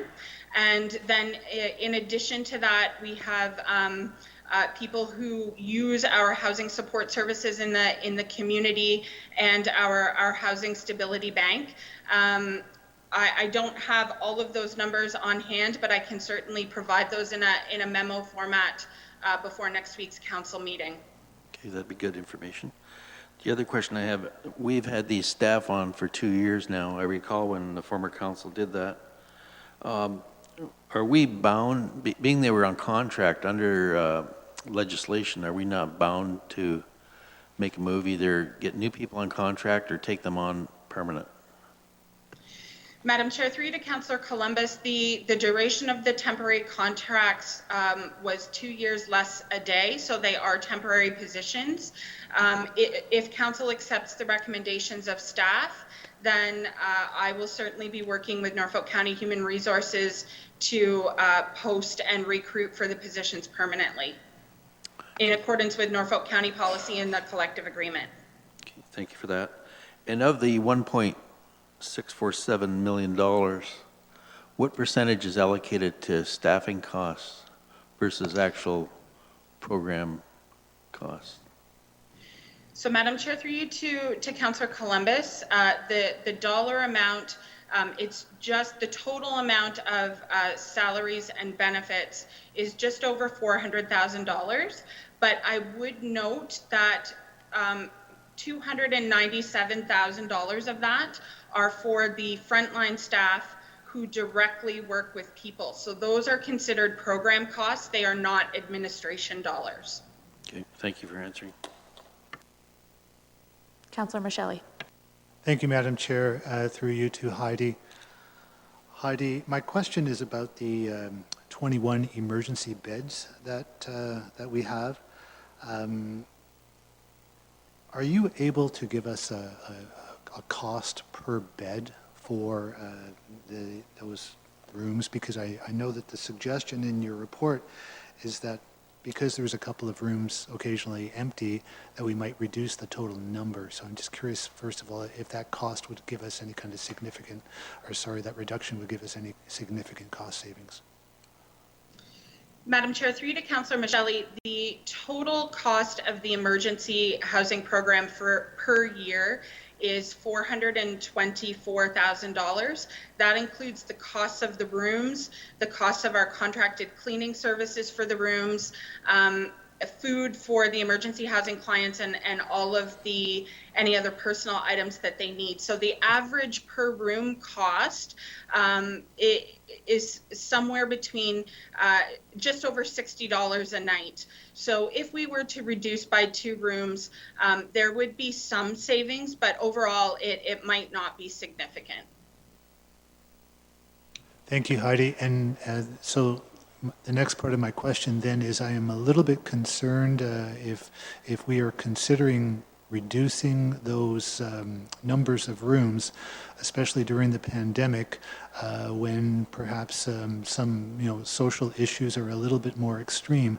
I'd hate for us to be in a position where suddenly we had a need for those rooms and we didn't have them. Thank you, Madam Chair. Through you to Councillor Michelli, we have no immediate plans to reduce the number of emergency housing rooms. That was just a suggestion for future planning, that if we are continued to, as we are able to continue to be successful with higher levels of diversion from emergency housing, that we could shift some funding from the emergency housing program to increased housing supports. Also, I would like to add that through the Social Services Relief Fund, which was $2 million that was awarded to Haldeman and Norfolk specifically for homeless or expenses related to COVID that are similar to Chippy, we have allocated some funds from the Social Services Relief Fund for additional emergency housing beds that could be needed specifically related to COVID. So for example, if someone was living in a congregate living setting and needed to self-isolate, then we have some dedicated funds to be able to add some emergency housing beds specifically for COVID reasons. Thank you. Any further questions to staff? Councillor Columbus. I would move the recommendation as printed. Moved and seconded by Councillor Taylor. Further discussion on the motion? Councillor Rabbits. Thank you. Through you, I just want to thank Heidi and her team, and I spoke at the advisory level, but I thought it would be appropriate to also speak at the council level, that this is a really good example of a successful pilot project where the spending has been well within the envelope. It's rewarding some long-serving or some staff members that have been with us for several years to participate in a competition for a permanent role with the organization, and that's always a good sign in terms of leadership and management, showing that if we can have a successful endeavor, it's going to lead to permanent long-term employment and a positive benefit to the community. Haldeman has made some comments here about the uncertainty, and it's uncertain times now about 100% funding arrangements, and Heidi and her team have put in the recommendation that if this funding arrangement should change, would be coming back to Norfolk County Council to review. So I'm really happy for Heidi and her team to have a successful pilot project. It's a good example again of spending within your funding envelope, and it's had a net positive impact on our community, and I think it will continue to have that impact moving forward. So thank you, Heidi. I'm in support of the motion, but I just thought I'd speak to that because this is a win, and during COVID-19 and difficult times, we need to celebrate our wins when we get them. Any further comments? I might also just echo, until you get a phone call from a community member that has nowhere to sleep at night, I don't think I really appreciated the value of having staff. And that was very early on in COVID when I reached out to you, Ms. Van Dyke, and you were on it immediately with your team. So, sometimes you don't always know a lot about the programs, but that's a very difficult call to receive, and staff was very helpful. So thank you for that as well. Okay, seeing no further discussion, we'll move to a vote. All in favor? And that is carried. Thank you. We have staff report HSS 20-05, updated 10-year housing and homelessness plan for 2020 to 2030. Heidi? Thank you, Madam Chair. Through you to members of committee, and first of all, my apologies. I understand that the attachment did not go out with the agenda package. That was just brought to my attention this afternoon, so my apologies for that. I will go ahead with presenting the report and then answer any questions. The purpose of this staff report is to provide council with the updated 10-year housing and homelessness plan. The Housing Services Act requires that each consolidated municipal services manager complete a 10-year plan to outline the housing and homelessness prevention needs for the area and to identify strategies that will be used to meet those needs. The Act also requires service managers to complete a review of the plan and an update of the community needs data at the 5-year mark of the planning cycle. This report provides council with the updated community needs assessment and the housing and homelessness plan. The plan is an important document as it guides all of our decision-making related to funding allocations for housing and homeless prevention services and affordable housing development, including the type of development, location, and depth of affordability. Each year, we are required to report to council on the progress that we are making on achieving the strategic objectives that are outlined in the plan. I would like to take this opportunity to thank SHS Consulting for leading this review process. Prior to COVID, they were planning to come to council to make a presentation. However, due to the pandemic, we have changed those plans.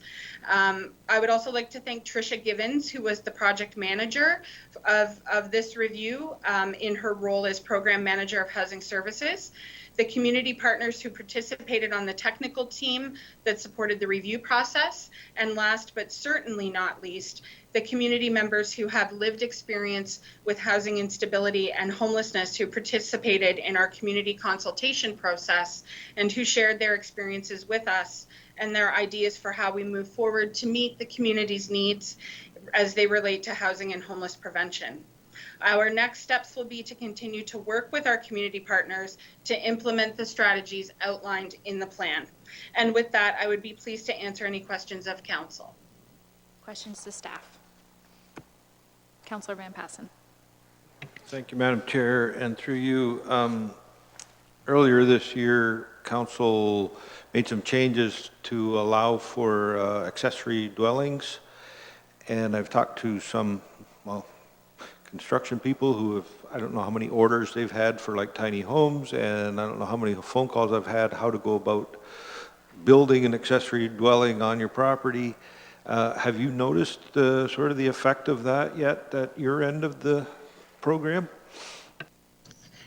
Thank you, Madam Chair. Through you to Councillor Van Passen. We do receive calls from developers regularly who are interested in developing affordable housing, and I would say that within the last year, the ideas that are coming forward are definitely more innovative and less traditional than I have seen in past years as it relates to housing that is made from shipping containers or other types of tiny homes. And certainly we are providing lots of information to developers on affordable housing development, and as well as the funding that's available through the Canada Mortgage and Housing Corporation through the National Co-Investment Fund. Any further questions to staff? Okay, seeing none. There is a recommendation printed on page 37 of the agenda. Councillor Van Passen. Yeah, I talked to the Deputy Clerk before the meeting. I sort of noticed the actual report was not here, but it's already been circulated electronically. So I had said before the meeting, I wouldn't mind passing the recommendation as printed because this is committee and council, so we'll have a week to actually review the report, and we can always pull it at the council meeting if we find something in the actual report that we would like to talk about more. So that'll keep the process moving, but yeah, it was, you know, I missed the light reading of how many pages of a nice dry report, you know, that really helps me sleep at night. So I'll have plenty of that this week then. So. Good for you. So you're moving? Yeah. Seconder? Councillor Ravitz? Any further discussion? Seeing none. All in favor? And that's carried. Staff report HSS 20-09 Ontario Works Reloadable Payment Card. Staff to present. Thank you, Madam Chair. Through you to committee, the purpose of this final staff report is to seek council approval to implement a reloadable payment card system for Ontario Works recipients in accordance with the Ministry of Children, Community and Social Services Social Assistance Modernization Initiative. Currently, Ontario Works recipients are encouraged to receive their monthly benefits by direct deposit. In Haldimand and Norfolk, 90% of our Ontario Works recipients receive their benefits through this method. The remaining 10% receive a printed check, as for a variety of reasons they are unable to obtain a bank account. As a strategy of social assistance modernization, efficiency, and reducing administrative burden, the ministry has introduced an option for municipal services managers to not issue printed checks, but instead issue benefits to those who do not have direct deposit through a reloadable payment card. This card works similarly to a prepaid debit card. There are many benefits to this system that are outlined in the staff report. Haldimand Norfolk Ontario Works wishes to move forward with local implementation of the reloadable payment card. In order to do so, council approval is required. Additionally, we are required to enter into an agreement with the Royal Bank of Canada, or RBC, as this is the ministry's bank. However, it's not Norfolk County's bank. And a copy of this agreement has been provided to council electronically and at your desks this evening. With that, I would be pleased to answer any questions. Questions to staff? Councillor Rabbits. Thank you. Through you, I have one. Is this a type of an account where individuals receiving government benefits could also potentially give these this account information to a potential employer? Is it are they able to receive funds from any other source, or is it primarily for this use, and it's not to be used as in lieu of having a bank account? Thank you, Madam Chair, through you to Councillor Rabbits. It's not meant to replace a bank account. It's only meant for Ontario Works recipients to receive their mandatory monthly benefits without receiving a printed check. So we would continue to work with our clients to obtain a bank account if they could, because they would need a bank account for other reasons. Any further questions to staff? Seeing none, does someone want to move the recommendation? Councillor Rabbits, Councillor Huffman. Further discussion? All in favor? Carried. Staff report. Sure. Just turn this on now? CS 20-07, the capital status report, and Ms. Darlington to present in a moment.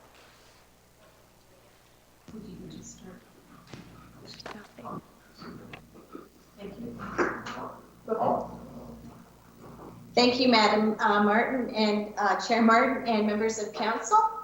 The capital status report before you tonight is a familiar report that council has seen many times. The status of the capital projects will provide a listing of all projects that have been approved from the approved capital budget from 2020 and prior years. Sorry, we were just having technical difficulty here. Table 2 on page 47 outlines a summary of staff's recommendations to close, defer, cancel, or keep projects open. As of May 31st, 2020, Norfolk County was managing 313 projects with budgeted expenditures in the amount of $233.5 million. Of these 313 projects, staff is recommending to cancel 12 projects in the amount of $2.5 million, as they have generally these projects are no longer required, and to defer or rebudget projects in the amount of $7 million in capital requirements. One of the items to note in this area is this is substantially higher than in the past, and that's mainly because staff have been considering cost containments for 2020 due to COVID-19. So they've indicated to defer 37 projects that can be rescheduled to 2021. In addition, we're proposing to close 22 projects totaling $1.2 million in savings. These savings will result in higher forecasted reserve balances that we have in the past, or have a positive impact on the levy or rate savings.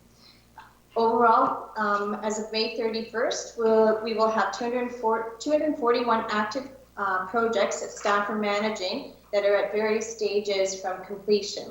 Details of the status of each capital project is provided within the attached listing.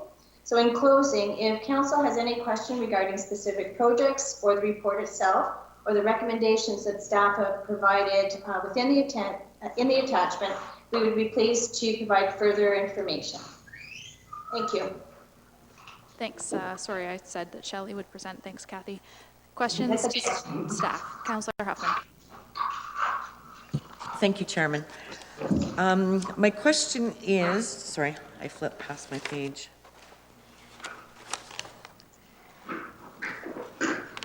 I went really past it, sorry. In regards to the items on page 50, there are several items, 6, 7, 8, 9, 10, and they've all been deferred for cost containment. Have these items previously been deferred for cost containment? Are they considered low-hanging fruit?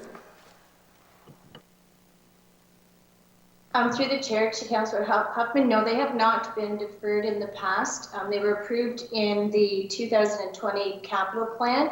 And given a lot of staff have had to turn their attention to COVID, so they've either haven't had time to actually do the projects, or they've offered the project up at this time with the understanding that the project will still be done at the beginning of 2021. Okay, thank you. Councillor Columbus. Yes, Kathy, I've got a question with respect to page 47 of the agenda package, page 3 of 5 of your report. Just below the chart, before it says financial services comments, from projects to be deferred, 35 capital projects relate to cost containment measures due to COVID, with a total budget of $4,447,000 and 2020 levy savings of $691,000. Can you elaborate on that? Like, there's only $691,000 in levy savings, but where's the rest of the amount allocated from? Through the chair to Councillor Thomas, that's a good question. What that represents is the gross expenditures of the capital projects, and of those capital projects that staff have recommended to defer, close to 700,000 have actually were planned to be funded from the tax levy. So the balance of the projects would have been funded from reserves or grants or donations, that type of other external sources. So money's coming from the Ontario government for projects that would include in that line, $4,447,000, right? Through there to Councillor Columbus, I'm not, right off the top of my head, I cannot say that we're actually deferring money that's coming from the province. One example, maybe it's a project that we've deferred that possibly may be using OSIF or gas tax, which is guaranteed funding that we've received. It'll be spent at the beginning of 2021. I was saying most of the projects are funded from reserves or donations. Okay, thank you. Any further questions to staff? I have a couple. On page 50, actually, I'd like to start with number 1, multi-use complex development. I just see here that grant application to be determined if the project will move forward, which is obvious. Do we have any updates? Have we heard anything about that? Through the chair and members of council, as far as we know at this point in time, we haven't heard anything regarding the funding. Okay, thank you. The Dover Wharf Public Board Walk, I lost my number here, but it states that the county will go through with our agreement and our amount to be paid at that time. However, due to it's item number 181, agreement with the developer who has experienced delays, Norfolk County will pay their portion of the project to the developer upon completion, which is expected to be December 31st. So that's still going ahead on schedule. It doesn't say deferred, I just specifically don't know anything about this particular agreement and wanted to address it.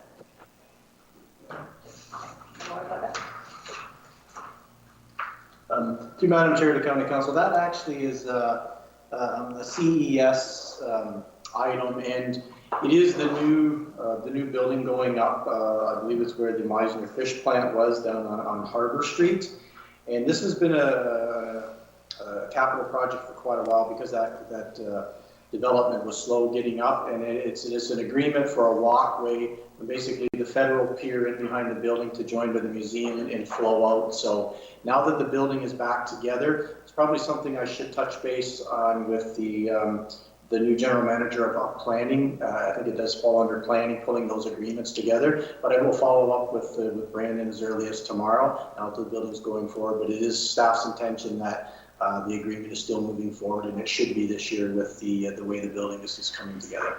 Okay, thank you.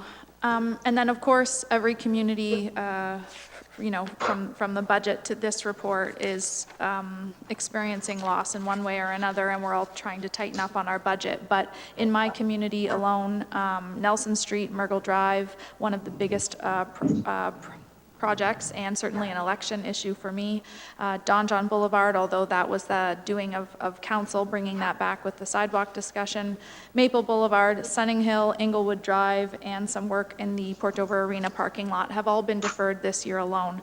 So what can I expect with the retendering process and trying to get these things back on track for next year? What will that look like?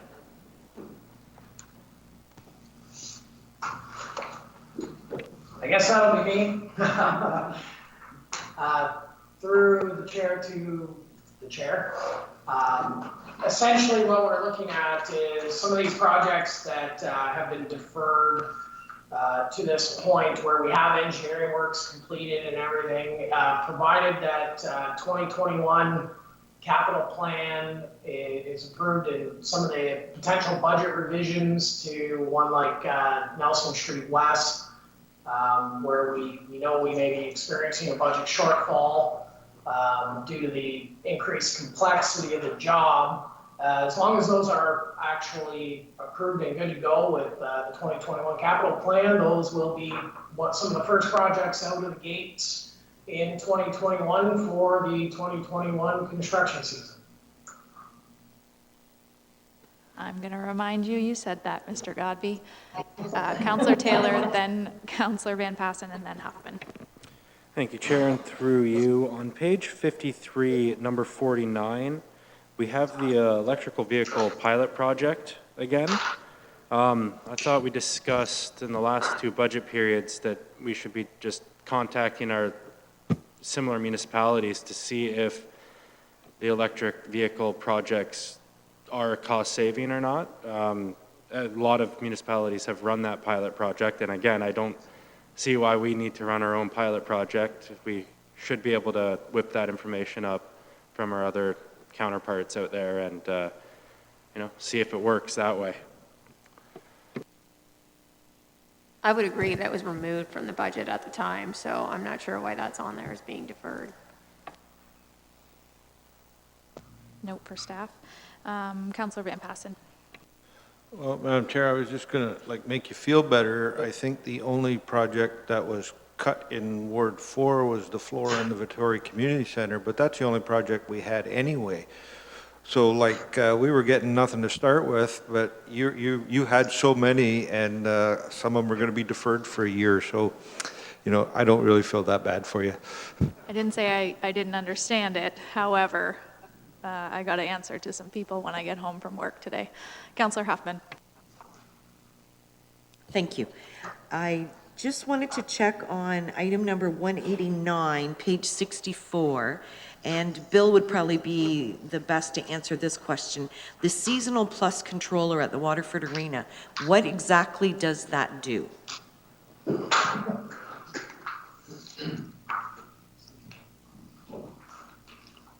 Through the chair to the councillor, Seasonal Plus Controller is obviously in the Waterford Arena, and it's the best way to say it, It's kind of a remote, high-tech controller. So basically, we are putting these in some of our arenas where what it does do is it does eliminate staff at times having to come in to check the ice and the temperature. It can be done remotely.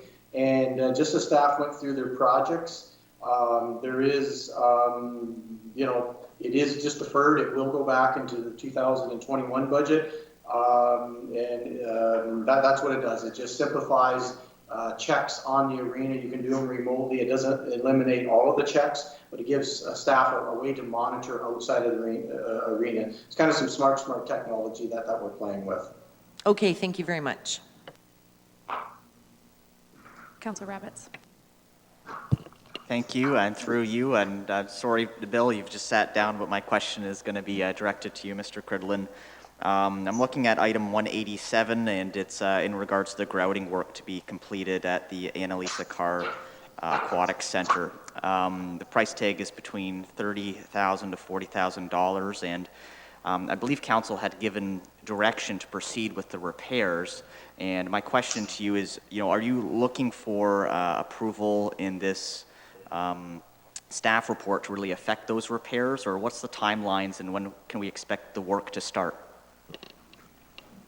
I can start, and I may turn it over to Ms. Darlington as well. We're kind of teaming this one. The tile and grouting did come in closer to the $30,000 mark, so that's the good news. There has been a contractor that is presently being awarded that, and there's still some paperwork, I'll say, before the PO or the PO was signed, but we are moving ahead, and I would say that you would see that project begin probably within the next 10 days, and it's probably about 7 days to complete it. So we'll be that job should be completed by the end of July. We don't need any more approval on council. It's in here, it's open, and it's part of the larger project that we're doing at this time. Very good. Thank you, Mr. Cridlin, for the update. Anyone else? Councillor Michelli. Thank you, Madam Chair. I think this question is for Mr. Godbey. In item number 299, regarding the Booths Harbor water upgrade and the non-municipal drinking water system, it indicates that we're waiting for a legal update, and I'm not sure, this could be perhaps a better question for our solicitor, but I'm wondering if there is any, if you have any knowledge about the stage at which we are at waiting for that legal consultation and that report that we're waiting on that topic. It seems to me that this is the only thing that's holding up the rest of that project. Yes, through the chair to Councillor Michelli, Ms. Budis and I have discussed this file as well. I've had conversations with MECP and their drinking water inspection branch. My hope was to have had a summary report with some recommendations back before this council prior, at this meeting or next. However, in light of some other pressing issues, the intention would be to bring that one back in the first CIC in September. Thank you, Jason. Okay, seeing no further questions, recommendation page 48, that the report, May 31st, 2020 capital status report be received, and that recommendations as set out in the schedule included with report CS 20-07 be approved. Councillor Huffman. Thank you, Chair. Sorry, I didn't get my hand up yet. You had your head down and stuff. Go ahead. I just wanted to go back to page 50, and when we spoke about the multi-use complex development costs, and we're awaiting results of the grant application. I just wanted to ask Mr. Burgess if he has heard anything, or if he has any idea of the timeline, or if that's something that you can look into, or are we just at the mercy of waiting for the information for the grant? Thank you through the chair. We are at the mercy. I did have a conversation today with our local MPP on a number of matters. This was one of them. He is not aware of, he has not been informed of the revised timeline. So the timeline has been revised to sometime in the future. So that is the best answer, unfortunately, I can give. That's the timeline, sometime in the future. And we'll monitor that.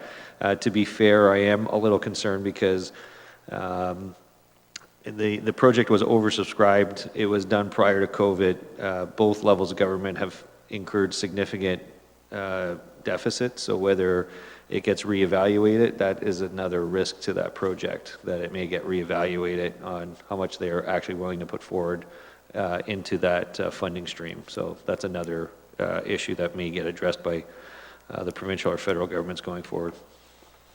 So just to clarify, are you referring to the 1/3 could possibly be adjusted, or?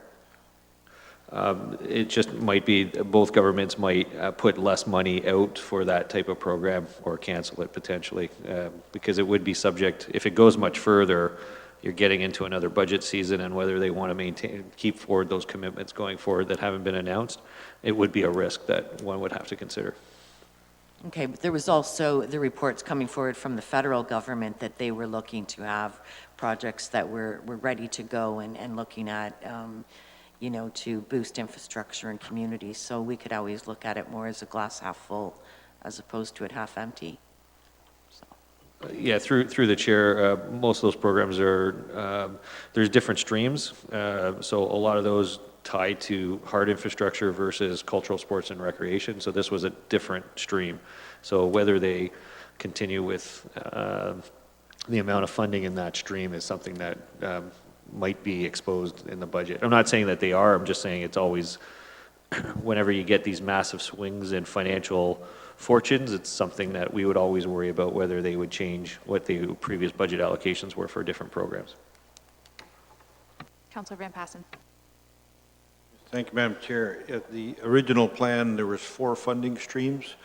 The one that we applied under was the 4th one, so it would be the last one to be done. So everything has been moved back, so they have no real schedule. It was oversubscribed by a ratio of 11-1. And yes, both levels of government, because of COVID, are reassessing their sort of priorities. So as the CAO has said, the potential does exist that they just either change that program or reformulate it or eliminate it altogether and bring it in something new. So all of those questions are still up in the air. There's no answers to them yet, but we keep bugging the local MPP to give us updates when possible. So. Yeah, and I don't think, or go ahead. Well, just one other thing on the recommendation. They forgot the words "as information," that it be received as information. Thank you. Councillor Huffman, then Columbus. Thank you, Chair. Just to kind of piggyback here on my colleague's comments, when he refers to we keep bugging the MPP, who are you referring to? Are you speaking on behalf of the corporation? Or you, or? When I happen to see our local MPP, I will ask him those type of questions, yes. And I'm sure other individual councillors, when they meet him somewhere in public, they would ask those type of questions and remind him that we're looking for help from the provincial levels. Thank you for that clarification. Councillor Columbus. Yes, to Mr. Godby, it's with respect to connecting link applications to the Ontario government. I noticed there's a few in here that are kind of slated for development in 2021. Construction road projects, so I want to make sure that the grant applications are in. Can Mr. Godby comment on that?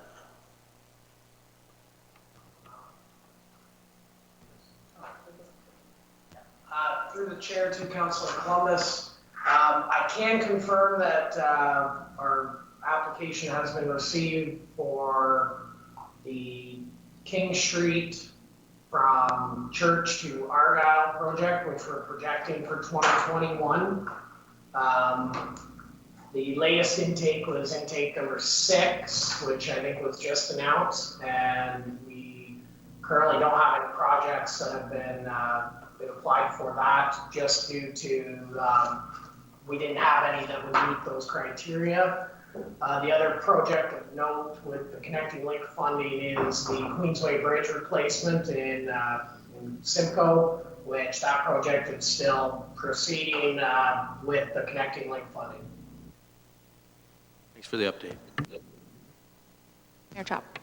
I'd just like to add a couple comments about the hub funding and that possibility as well. I think that as you know, when you look at Ontario's infrastructure gap as a whole, that is billions of dollars when we come into, you know, such a financial strain right now, provincially and federally, that I suspect as well, like Mr. Burgess, that the province and the federal government, you know, much in the way we should be doing in Norfolk County is looking at, you know, refocusing our priorities to the essentials that we need: water, bridges, roads, the critical assets in the community. And I suspect that's probably what they're looking at as well.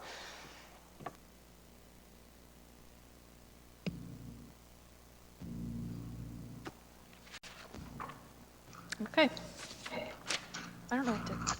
I don't really know what to say to that. I think there's probably an argument that also spending money on infrastructure for many years down the road is critical. While I see your point, but I think that there's an argument to be made both ways. If there aren't any further questions to staff, we can move along. So Deputy Clerk, did you hear Councillor Van Passen's suggestion that it did not read to receive his information? Okay. No. Mover and a seconder. Councillor Rabbits, Councillor Geisens. Further comments, discussion? All in favor? And that is carried. Staff report CS 20-13 biannual investment update. Staff to report. Shelley?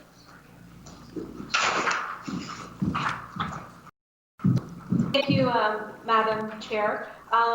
Today we have welcomed back Ms. Amy Fanning. Amy is the county's Deputy Treasurer and Manager of Accounting Services. Just returned back to work last week from parental leave and took the quick lead on preparing this report, and will be presenting the biannual investment update for Council. Thank you, Shelley. To the Chair and members of Council, so the report before you is a high-level summary of the investment results for 2019. It breaks our investments out into 3 categories. There's short-term, medium-term, and long-term. The short-term investments are GICs and high-interest savings accounts, all less than a year maturity dates. The calculation for the returns there is based on dividing the average the returns over the average investment balance. For 2018, our return was 2.36%. For 2019, it's slightly better at 2.46%. So the average investment balance was down a little, but returns are up a little bit. So that suggests some good news for the short-term investments. The medium-term investments are pretty much flat year over year. The 2018 return was 3.75%. The 2019 return was 3.72%. And these are as a result of our reserves, and they were typically bond investments in financial institutions and government bonds. The long-term investment, the only long-term investment that we hold is the Legacy Fund. And in March, the One Fund was here and shared some information with Council regarding the Legacy Fund. And at the time, they did indicate that they were working on some updated reporting options and that they were investigating the prudent investor regime as well. Unfortunately, due to COVID-19, their traction on the reporting options has been delayed. So we will continue to follow up and to make sure we can get that back on track. I know that there was interest from Council in seeing that. For this investment, the calculation is based on returns for the year divided by the opening balance of the investment, because we hold it to maturity over the year. So the 2018 return was negative, and it was just under 1%. The 2019 return was 10.27, so it was much higher. The year-to-date return as of May 31st for 2020 was negative 2.05%, but we did do an inquiry today, and it's about flat as of today, year over year. So the market obviously took a hit in March And it seems to be bouncing back, so that's good news as well. And with that, I'll take any questions of council. Thanks, Amy. Welcome back. Councillor Columbus. Yes, thank you. And the commitment to the Norfolk General Hospital grant, how much is that per year, and when is that completed? It's $500,000 per year. I know we have a few years left. We do. I know we have $2 million set aside to fulfill the pledge for that grant, but I know there are several years left on it as well. Several years. Okay, thanks. I don't have the ending date on top of my head. Not to put you on the spot, but I guarantee Mayor Chop knows, because I know we discussed this when we spoke about Indwell, and there was a proposal to switch the funding. So I think it was 2 years.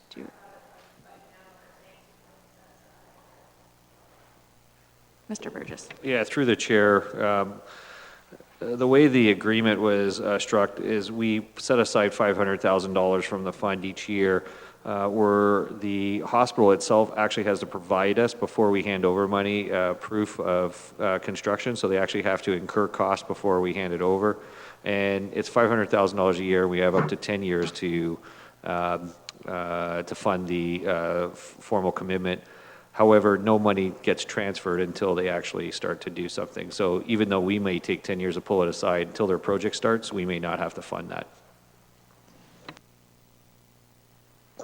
Further questions to staff? Mayor Chop.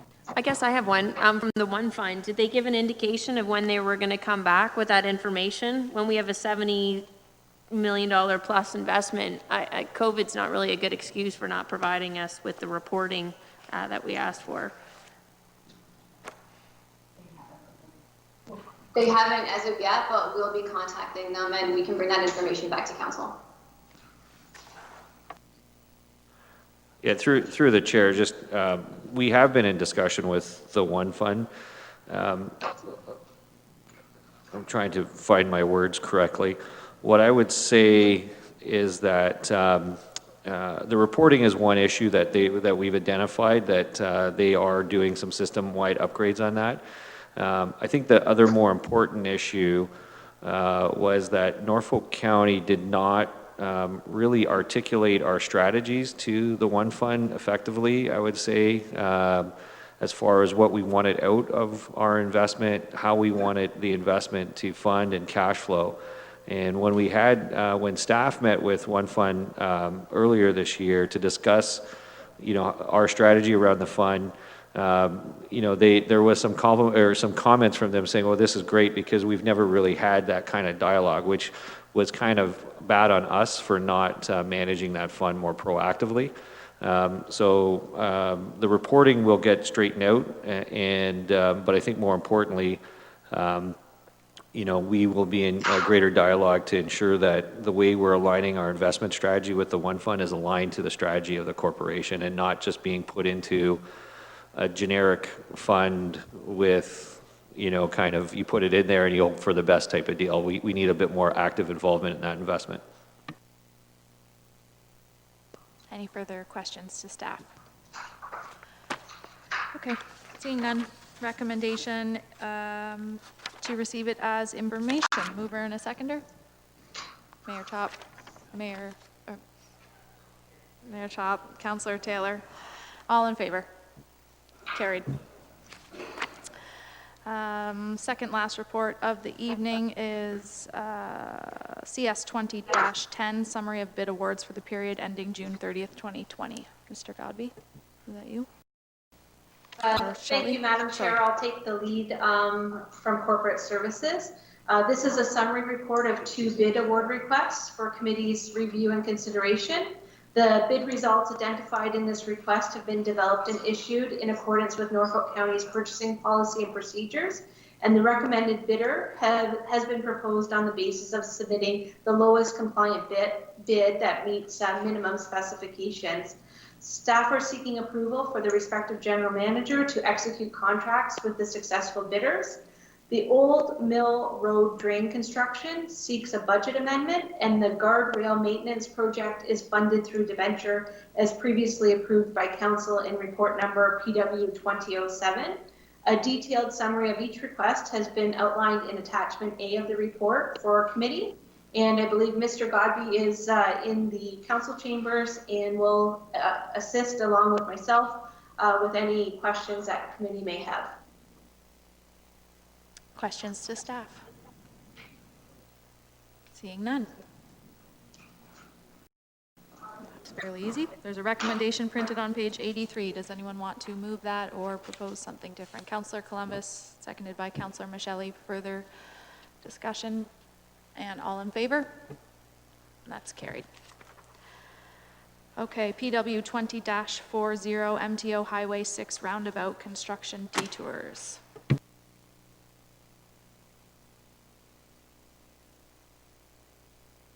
I'll start, and I'll have Mr. Godby provide that technical knowledge. The developer of Dover Coast Developments in Port Dover, through the mayor, approached staff to discuss options around the building of a roundabout on Highway 6. The Ministry of it's a Ministry of Transportation controlled area, and they will be undertaking the roundabout construction. The ministry had provided two options on when they have to close the highway down. One is to build a bypass, and one is to use existing roadways as a detour. In discussions with the developer, we had looked and reviewed the options. We had asked for cost recovery on the wear and tear of our roads, and contribution to the community for the potential delays that community members would experience for the closure of that road and the use of detour roads. What's been outlined is the estimated construction period. So with the use of the detours, the construction period is significantly less, and the risk for delay is also significantly less. You'll see that the developer is going to contribute essentially $100,000 to Norfolk County for the road reserve of $75,000, and to contribute to a parking study in the Dover area for $25,000. And then he will work with community groups to fund community priorities for another $100,000 to be able to use the our existing roadways for detour usage. The detours themselves, as outlined, are not significantly long detours for most residents in Dover. So I'll have my colleague provide any other comments. Through the chair to council, not much additional to add to Mr. Burgess's explanation. The only thing I would really point out is that these detours that are included are just generally some suggestions now. It would be our suggestion that we would have some more detailed routes, as well as a good communication plan and some additional signage. The suggestion has been made that to pass a no heavy trucks bylaw to be able to have an enforceable way of ensuring that the large truck traffic is detoured as much around the community of Port Dover as possible, as opposed to your standard passenger vehicles. So that could introduce a second level of detour routes. We would also suggest that some pre and post monitoring of our existing roads be done, just so we have a good gauge on what, if any, potential damage or wear and tear might have occurred. With that, the one key thing I think to note is that part of the plan here is in order to use these detour routes, municipal consent is required, because the MTO cannot force traffic off of their roads onto municipal roads without our consent.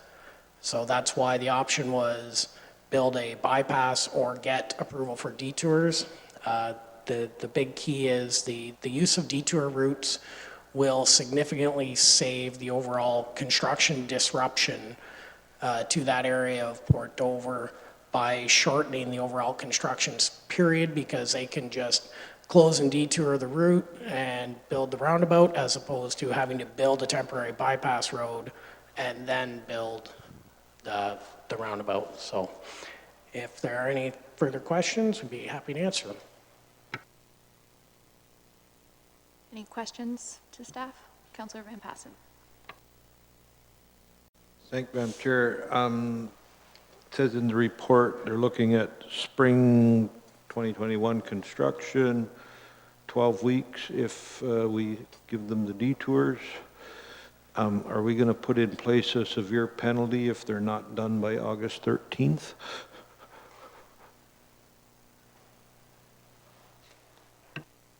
Through the chair, yeah, the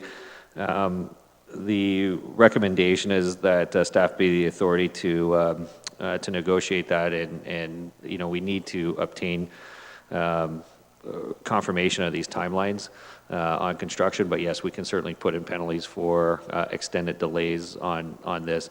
The challenge one has to remember is that this is not a project that is being actually constructed by Dover Coast Developments. They're paying MTO to do this construction, so they, you know, so they have some control over it because they're writing the check. But it's an MTO job. The good, from our point of view, the MTO seems to be fairly effective on the development when they undertake their road construction. They seem to be fairly effective on meeting good timelines. We will also note that's what has been suggested as far as the timeline, and that needs to be confirmed by the MTO. They haven't actually confirmed when they will be tendering it out. So once we give them the approval for the bypass, we will provide further update to council once MTO confirms their tendering timelines. But it's anticipated it's anticipated for the start of construction season next year. Further questions? I just wanted to make sure Mr. Burgess understood the significance of the August date. Okay, he's smiling. Yes, thank you, Councillor Van Passen. So just for clarity here, developer wants to put a roundabout in, has approval from the MTO, and in using a detour as opposed to construction around that particular area, decrease the delays for the developer, give the community shorter turnaround time with disruption on Highway 6, plus ensures a donation not only to Norfolk County Council for, well, sorry, Norfolk County, Monty, to Norfolk County for specific, now I gotta tell you specifically what it's for to bail us all out here, for parking studies and road reserve fund, as well as a community donation if we reroute traffic onto our existing roads. That's correct, okay.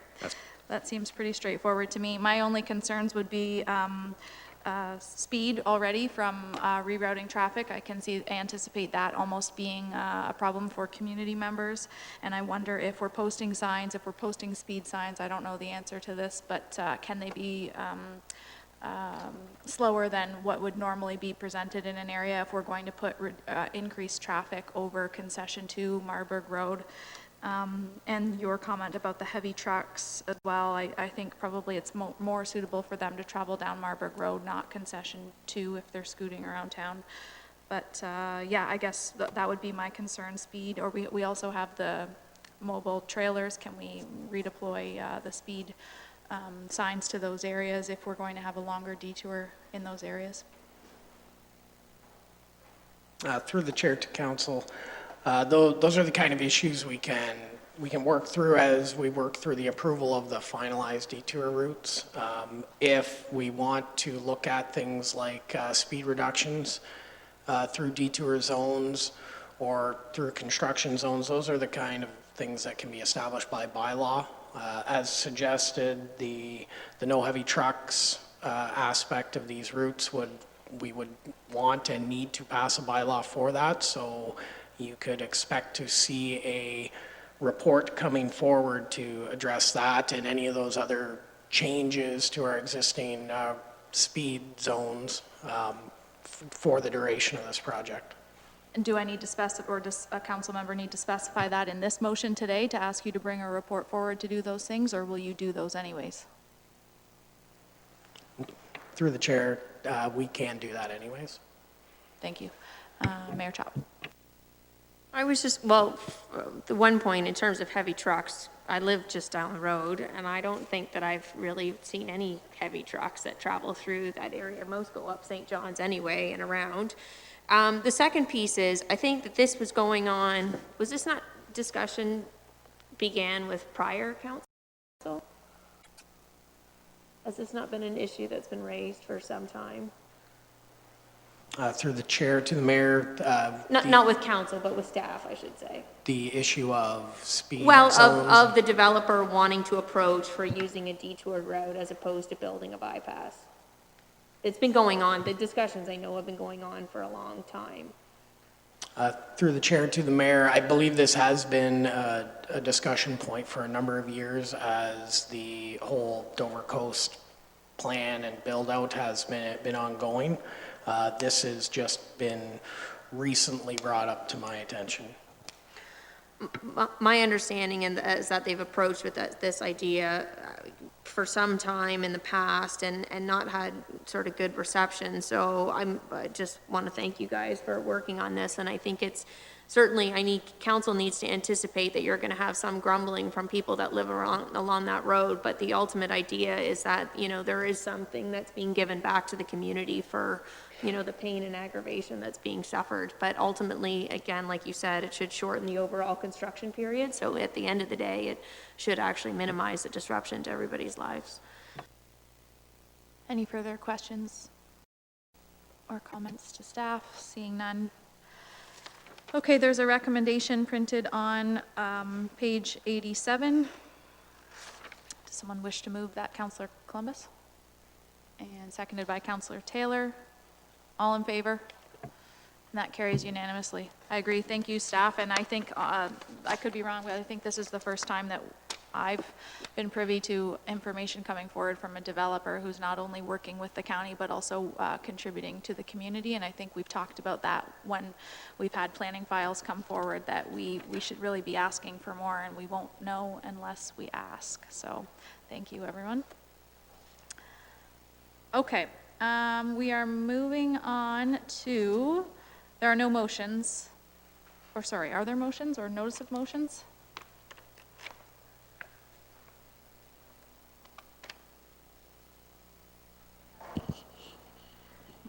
Councilor Huffman? Wasn't there was one, well, I have something that I want to mention, but wasn't there one from last week in regards to that we were, or is that for council? To discuss about the closed session. Through the chair, I believe that would have been, it would have to come to the Board of Health. If it was one that was discussed last week, then we would have it at the Board of Health.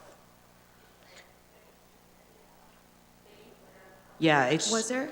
Yeah. Okay, so my apologies. We'll look and we'll add it on. Okay. Okay. So, but Councillor Huffman, do you have a notice of motion? Yes, okay, go ahead. Yes, I do. I have a notice of motion. I'd like to waive procedural order and notice of motion to be heard as a motion. Looking at passing a motion that council investigate a preferred bylaw of Brant County regarding masks and face coverings. So we need to waive procedural rules of order right now to discuss this as a motion so that it'll come back next week. Is that correct? Through the chair, so what you could do is you've raised the notice of motion, and you could pass a motion which would require the 2/3 majority to hear it as a motion tonight. If that fails, then your notice of motion will go on as a motion at the subsequent meeting. It's always so clear. Well, the point being is in terms of, not that it was, the reason that I wanted to make sure that we got to do that tonight in terms of waive the procedural order was so that we're going on a brief recess. So just wanting to make sure that we could wrap it up next week. So that's why the request. Yeah, and through the chair, I think I would recommend that actually to committee, in that direction will give the county clerk the ability to then get a bylaw ready, to get that on the council meeting agenda for you and before council, and the bylaw itself will then be before council. So by waiving you've got your notice of motion, but by doing a waiving of the rules of the procedural bylaw to hear it as a motion tonight, directing the county clerk to prepare a bylaw, that's probably the best approach. But again, it has to be a waiving of the rules, and that's a 2/3 majority. Councillor Van Passen. Thank you, Madam Chair. I'm going to have to ask the Deputy Clerk. I'm not sure if I understand what this is, but is it a notice of motion which is non-debatable, or is it a waiver of the procedural bylaw? Because I believe this is a Board of Health issue. It's not a council issue, and it should be dealt with at a Board of Health meeting. And, you know, this type of discussion, I would seriously like to have the medical officer of health in on this discussion. And I think it should come up as a Board of Health agenda, not at a council agenda. But first I have to know whether I can even say this, because I think I'm debating it, and if it's a notice of motion, they're not debatable. Go ahead. So yeah, through the chair, so the notice of motion is just that, it's just the notice. And so if Councillor Huffman wants to put that notice on, then she can, and then it would appear as a motion to be discussed and debated and voted upon at the subsequent meeting.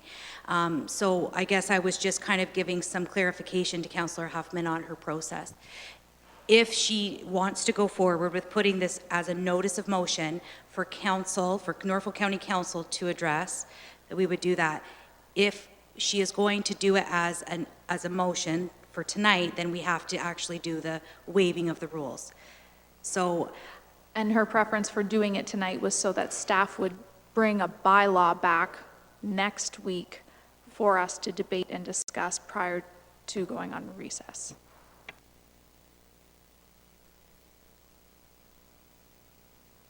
So we've got a mover of a motion to waive the procedural rules of order to hear it as a motion tonight. We need a seconder. Councillor Michelli. And all in favor? And that does not carry. Thanks, Councillor Huffman. We move on to general announcements. Are there any general announcements from committee and/or staff? Reminder, special public hearing committee meeting followed immediately by special council meeting at 9 a.m. on Tuesday, August 18th.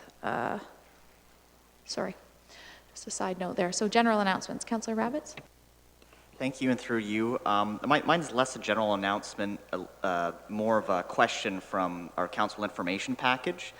The Honorable Jeff Urich from the Ministry of Environment, Conservation and Parks has issued a communication about the environmental assessment modernization of the Class EA, and the comment period is lasting for 45 days.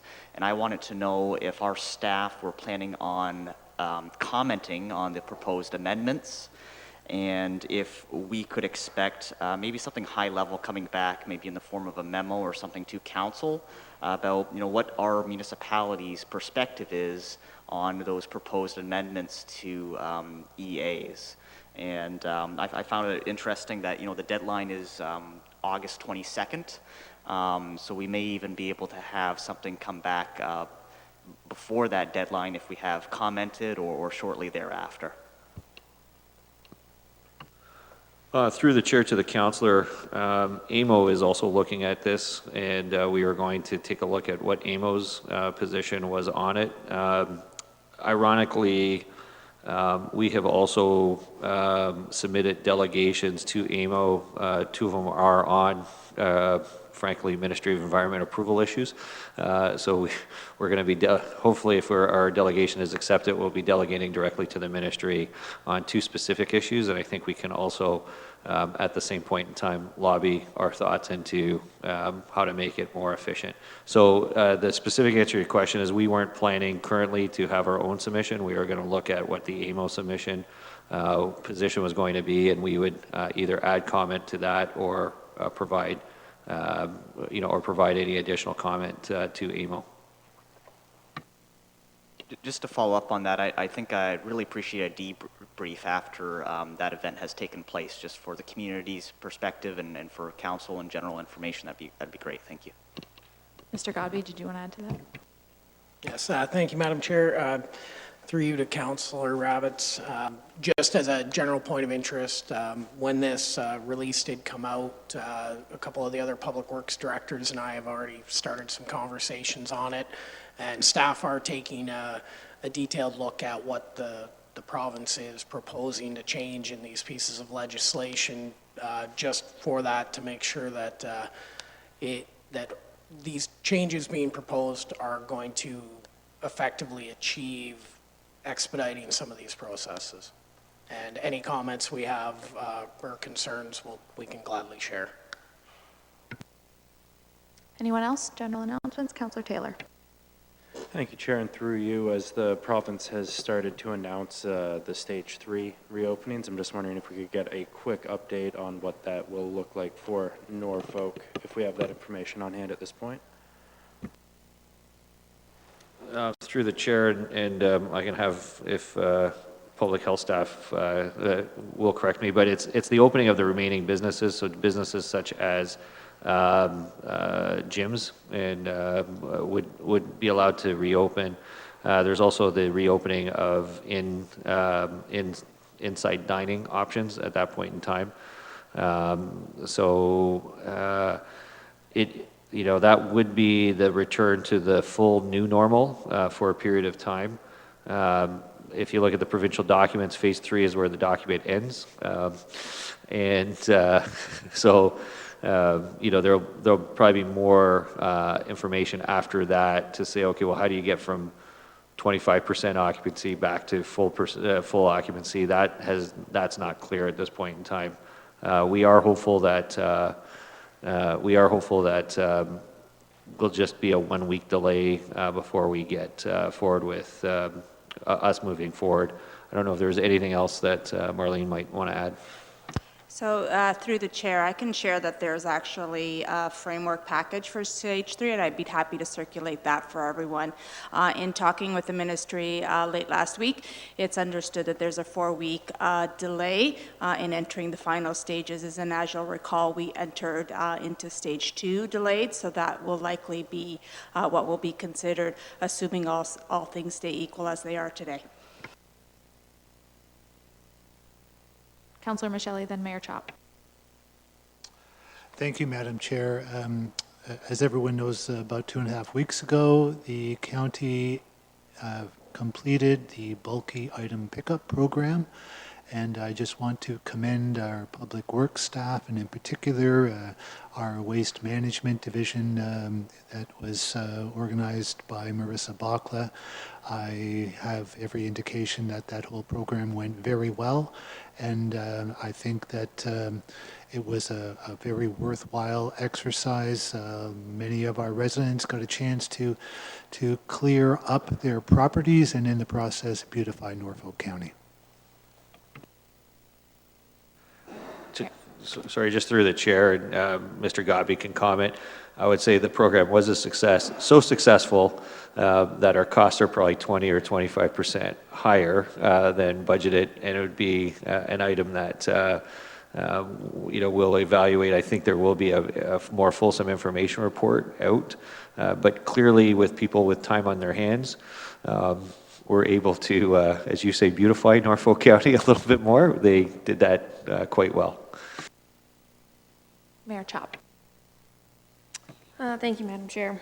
I guess on the subject of masks, I realize that's a significant conversation in the community right now. I agree with Councillor Van Passen in terms of having Dr. Nessathari as, at the very least, as part of that discussion.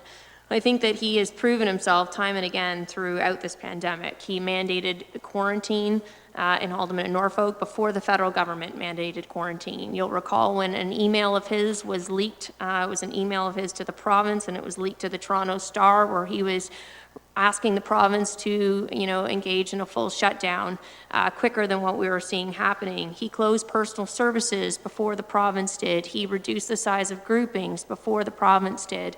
And so I think that he really is, the man that we need to be listening to in this regards, and his opinion. And while other municipalities have done this through enacting a municipal bylaw, you'll recall Section 22 allows a medical officer to require people to do something or to not do something in the event of a contagious disease. And so, like Councillor Van Passen, myself, and actually I've had conversations with Mayor Hewitt as well to add some additional color to the conversation, do believe that it's a matter that should be sort of treated equally across Haldeman and Norfolk, and that it should be properly held at a Board of Health meeting. Do we have another Board of Health meeting scheduled anytime soon? I think that's probably a bit of the problem, and we are probably due for an update from Dr. Nessathari, because now we're looking at rolling into stage 3, but I know that from my correspondence with the public, whether they're for or against, they're asking us to take a position on it. So I do agree that I think we should probably have a debate and have the conversation, and it would be suitable for Dr. Nessathari to weigh in on it, but we're looking at a summer break, and so then there's more time spent without a decision. Councillor Huffman? Yeah, I just want to, thank you, Chair. I just wanted to clarify that by no way, shape, or form was I not wanting to include Dr. Nessathari in this decision.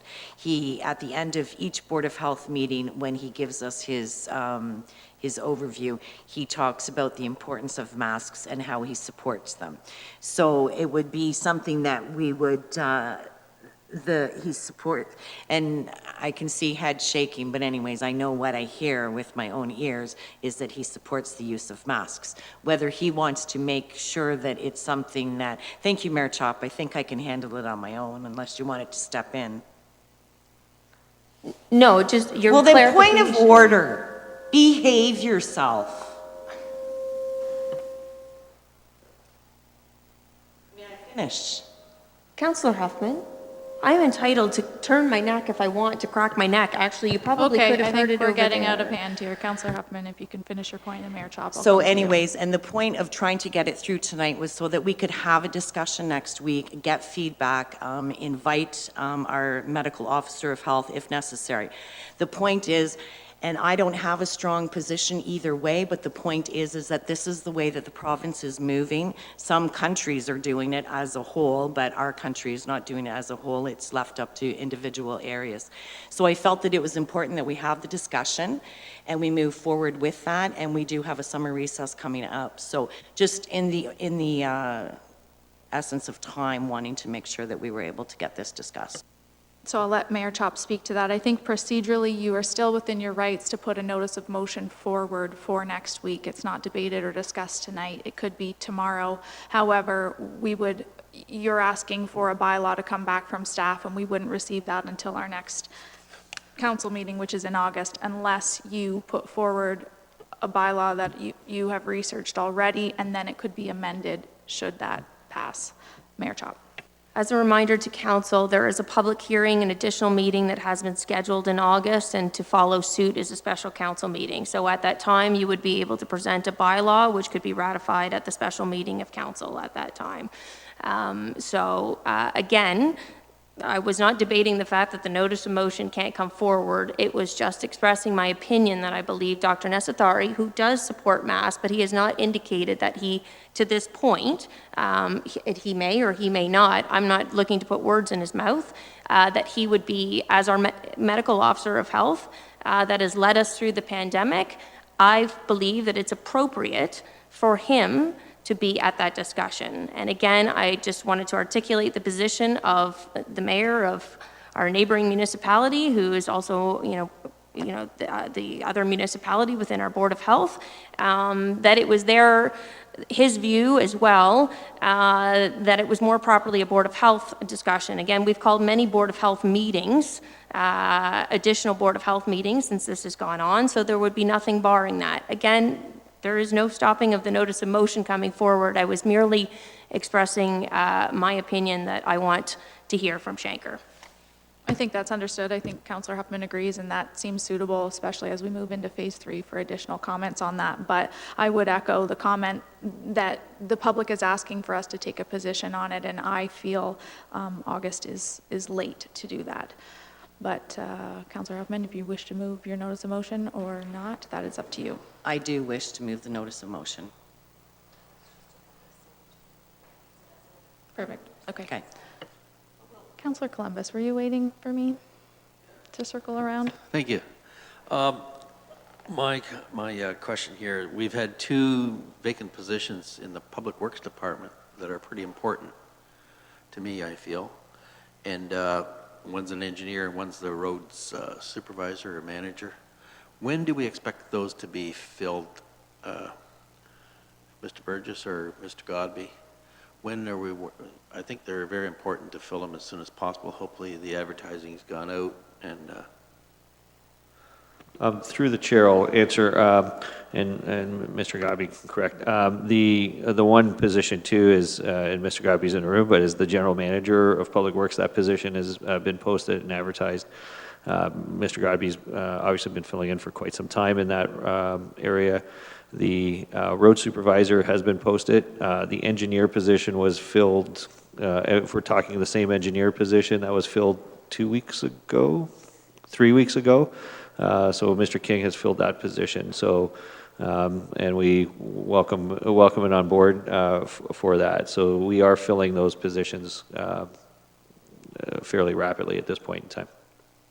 and there's the other one, the Dean, I forget his last name.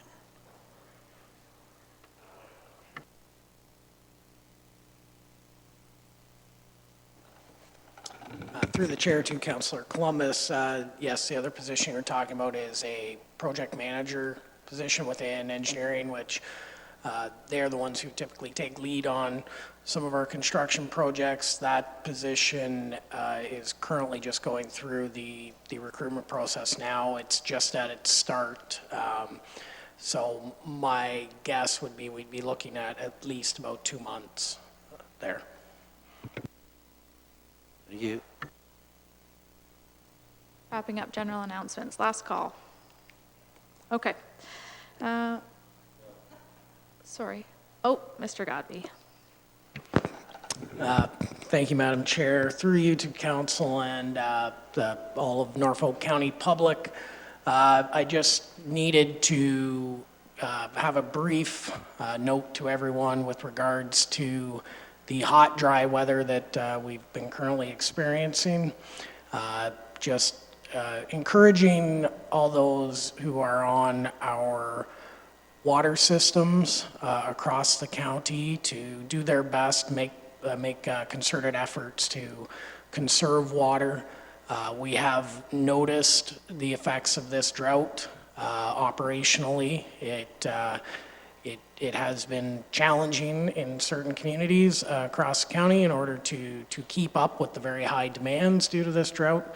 So I'm just imploring all those to make those extra conservation efforts and be a little more conscious of your water usage, just to ensure that we do not have to come back to this council or to the public and be implementing a full-on external water use ban.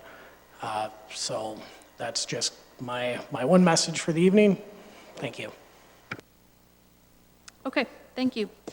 Can I have a mover and a seconder to adjourn the council and committee meeting of July 14th, 2020 at 7:37 p.m. Councillor Michelli, Mayor Chop, all in favor? Carried. Good night.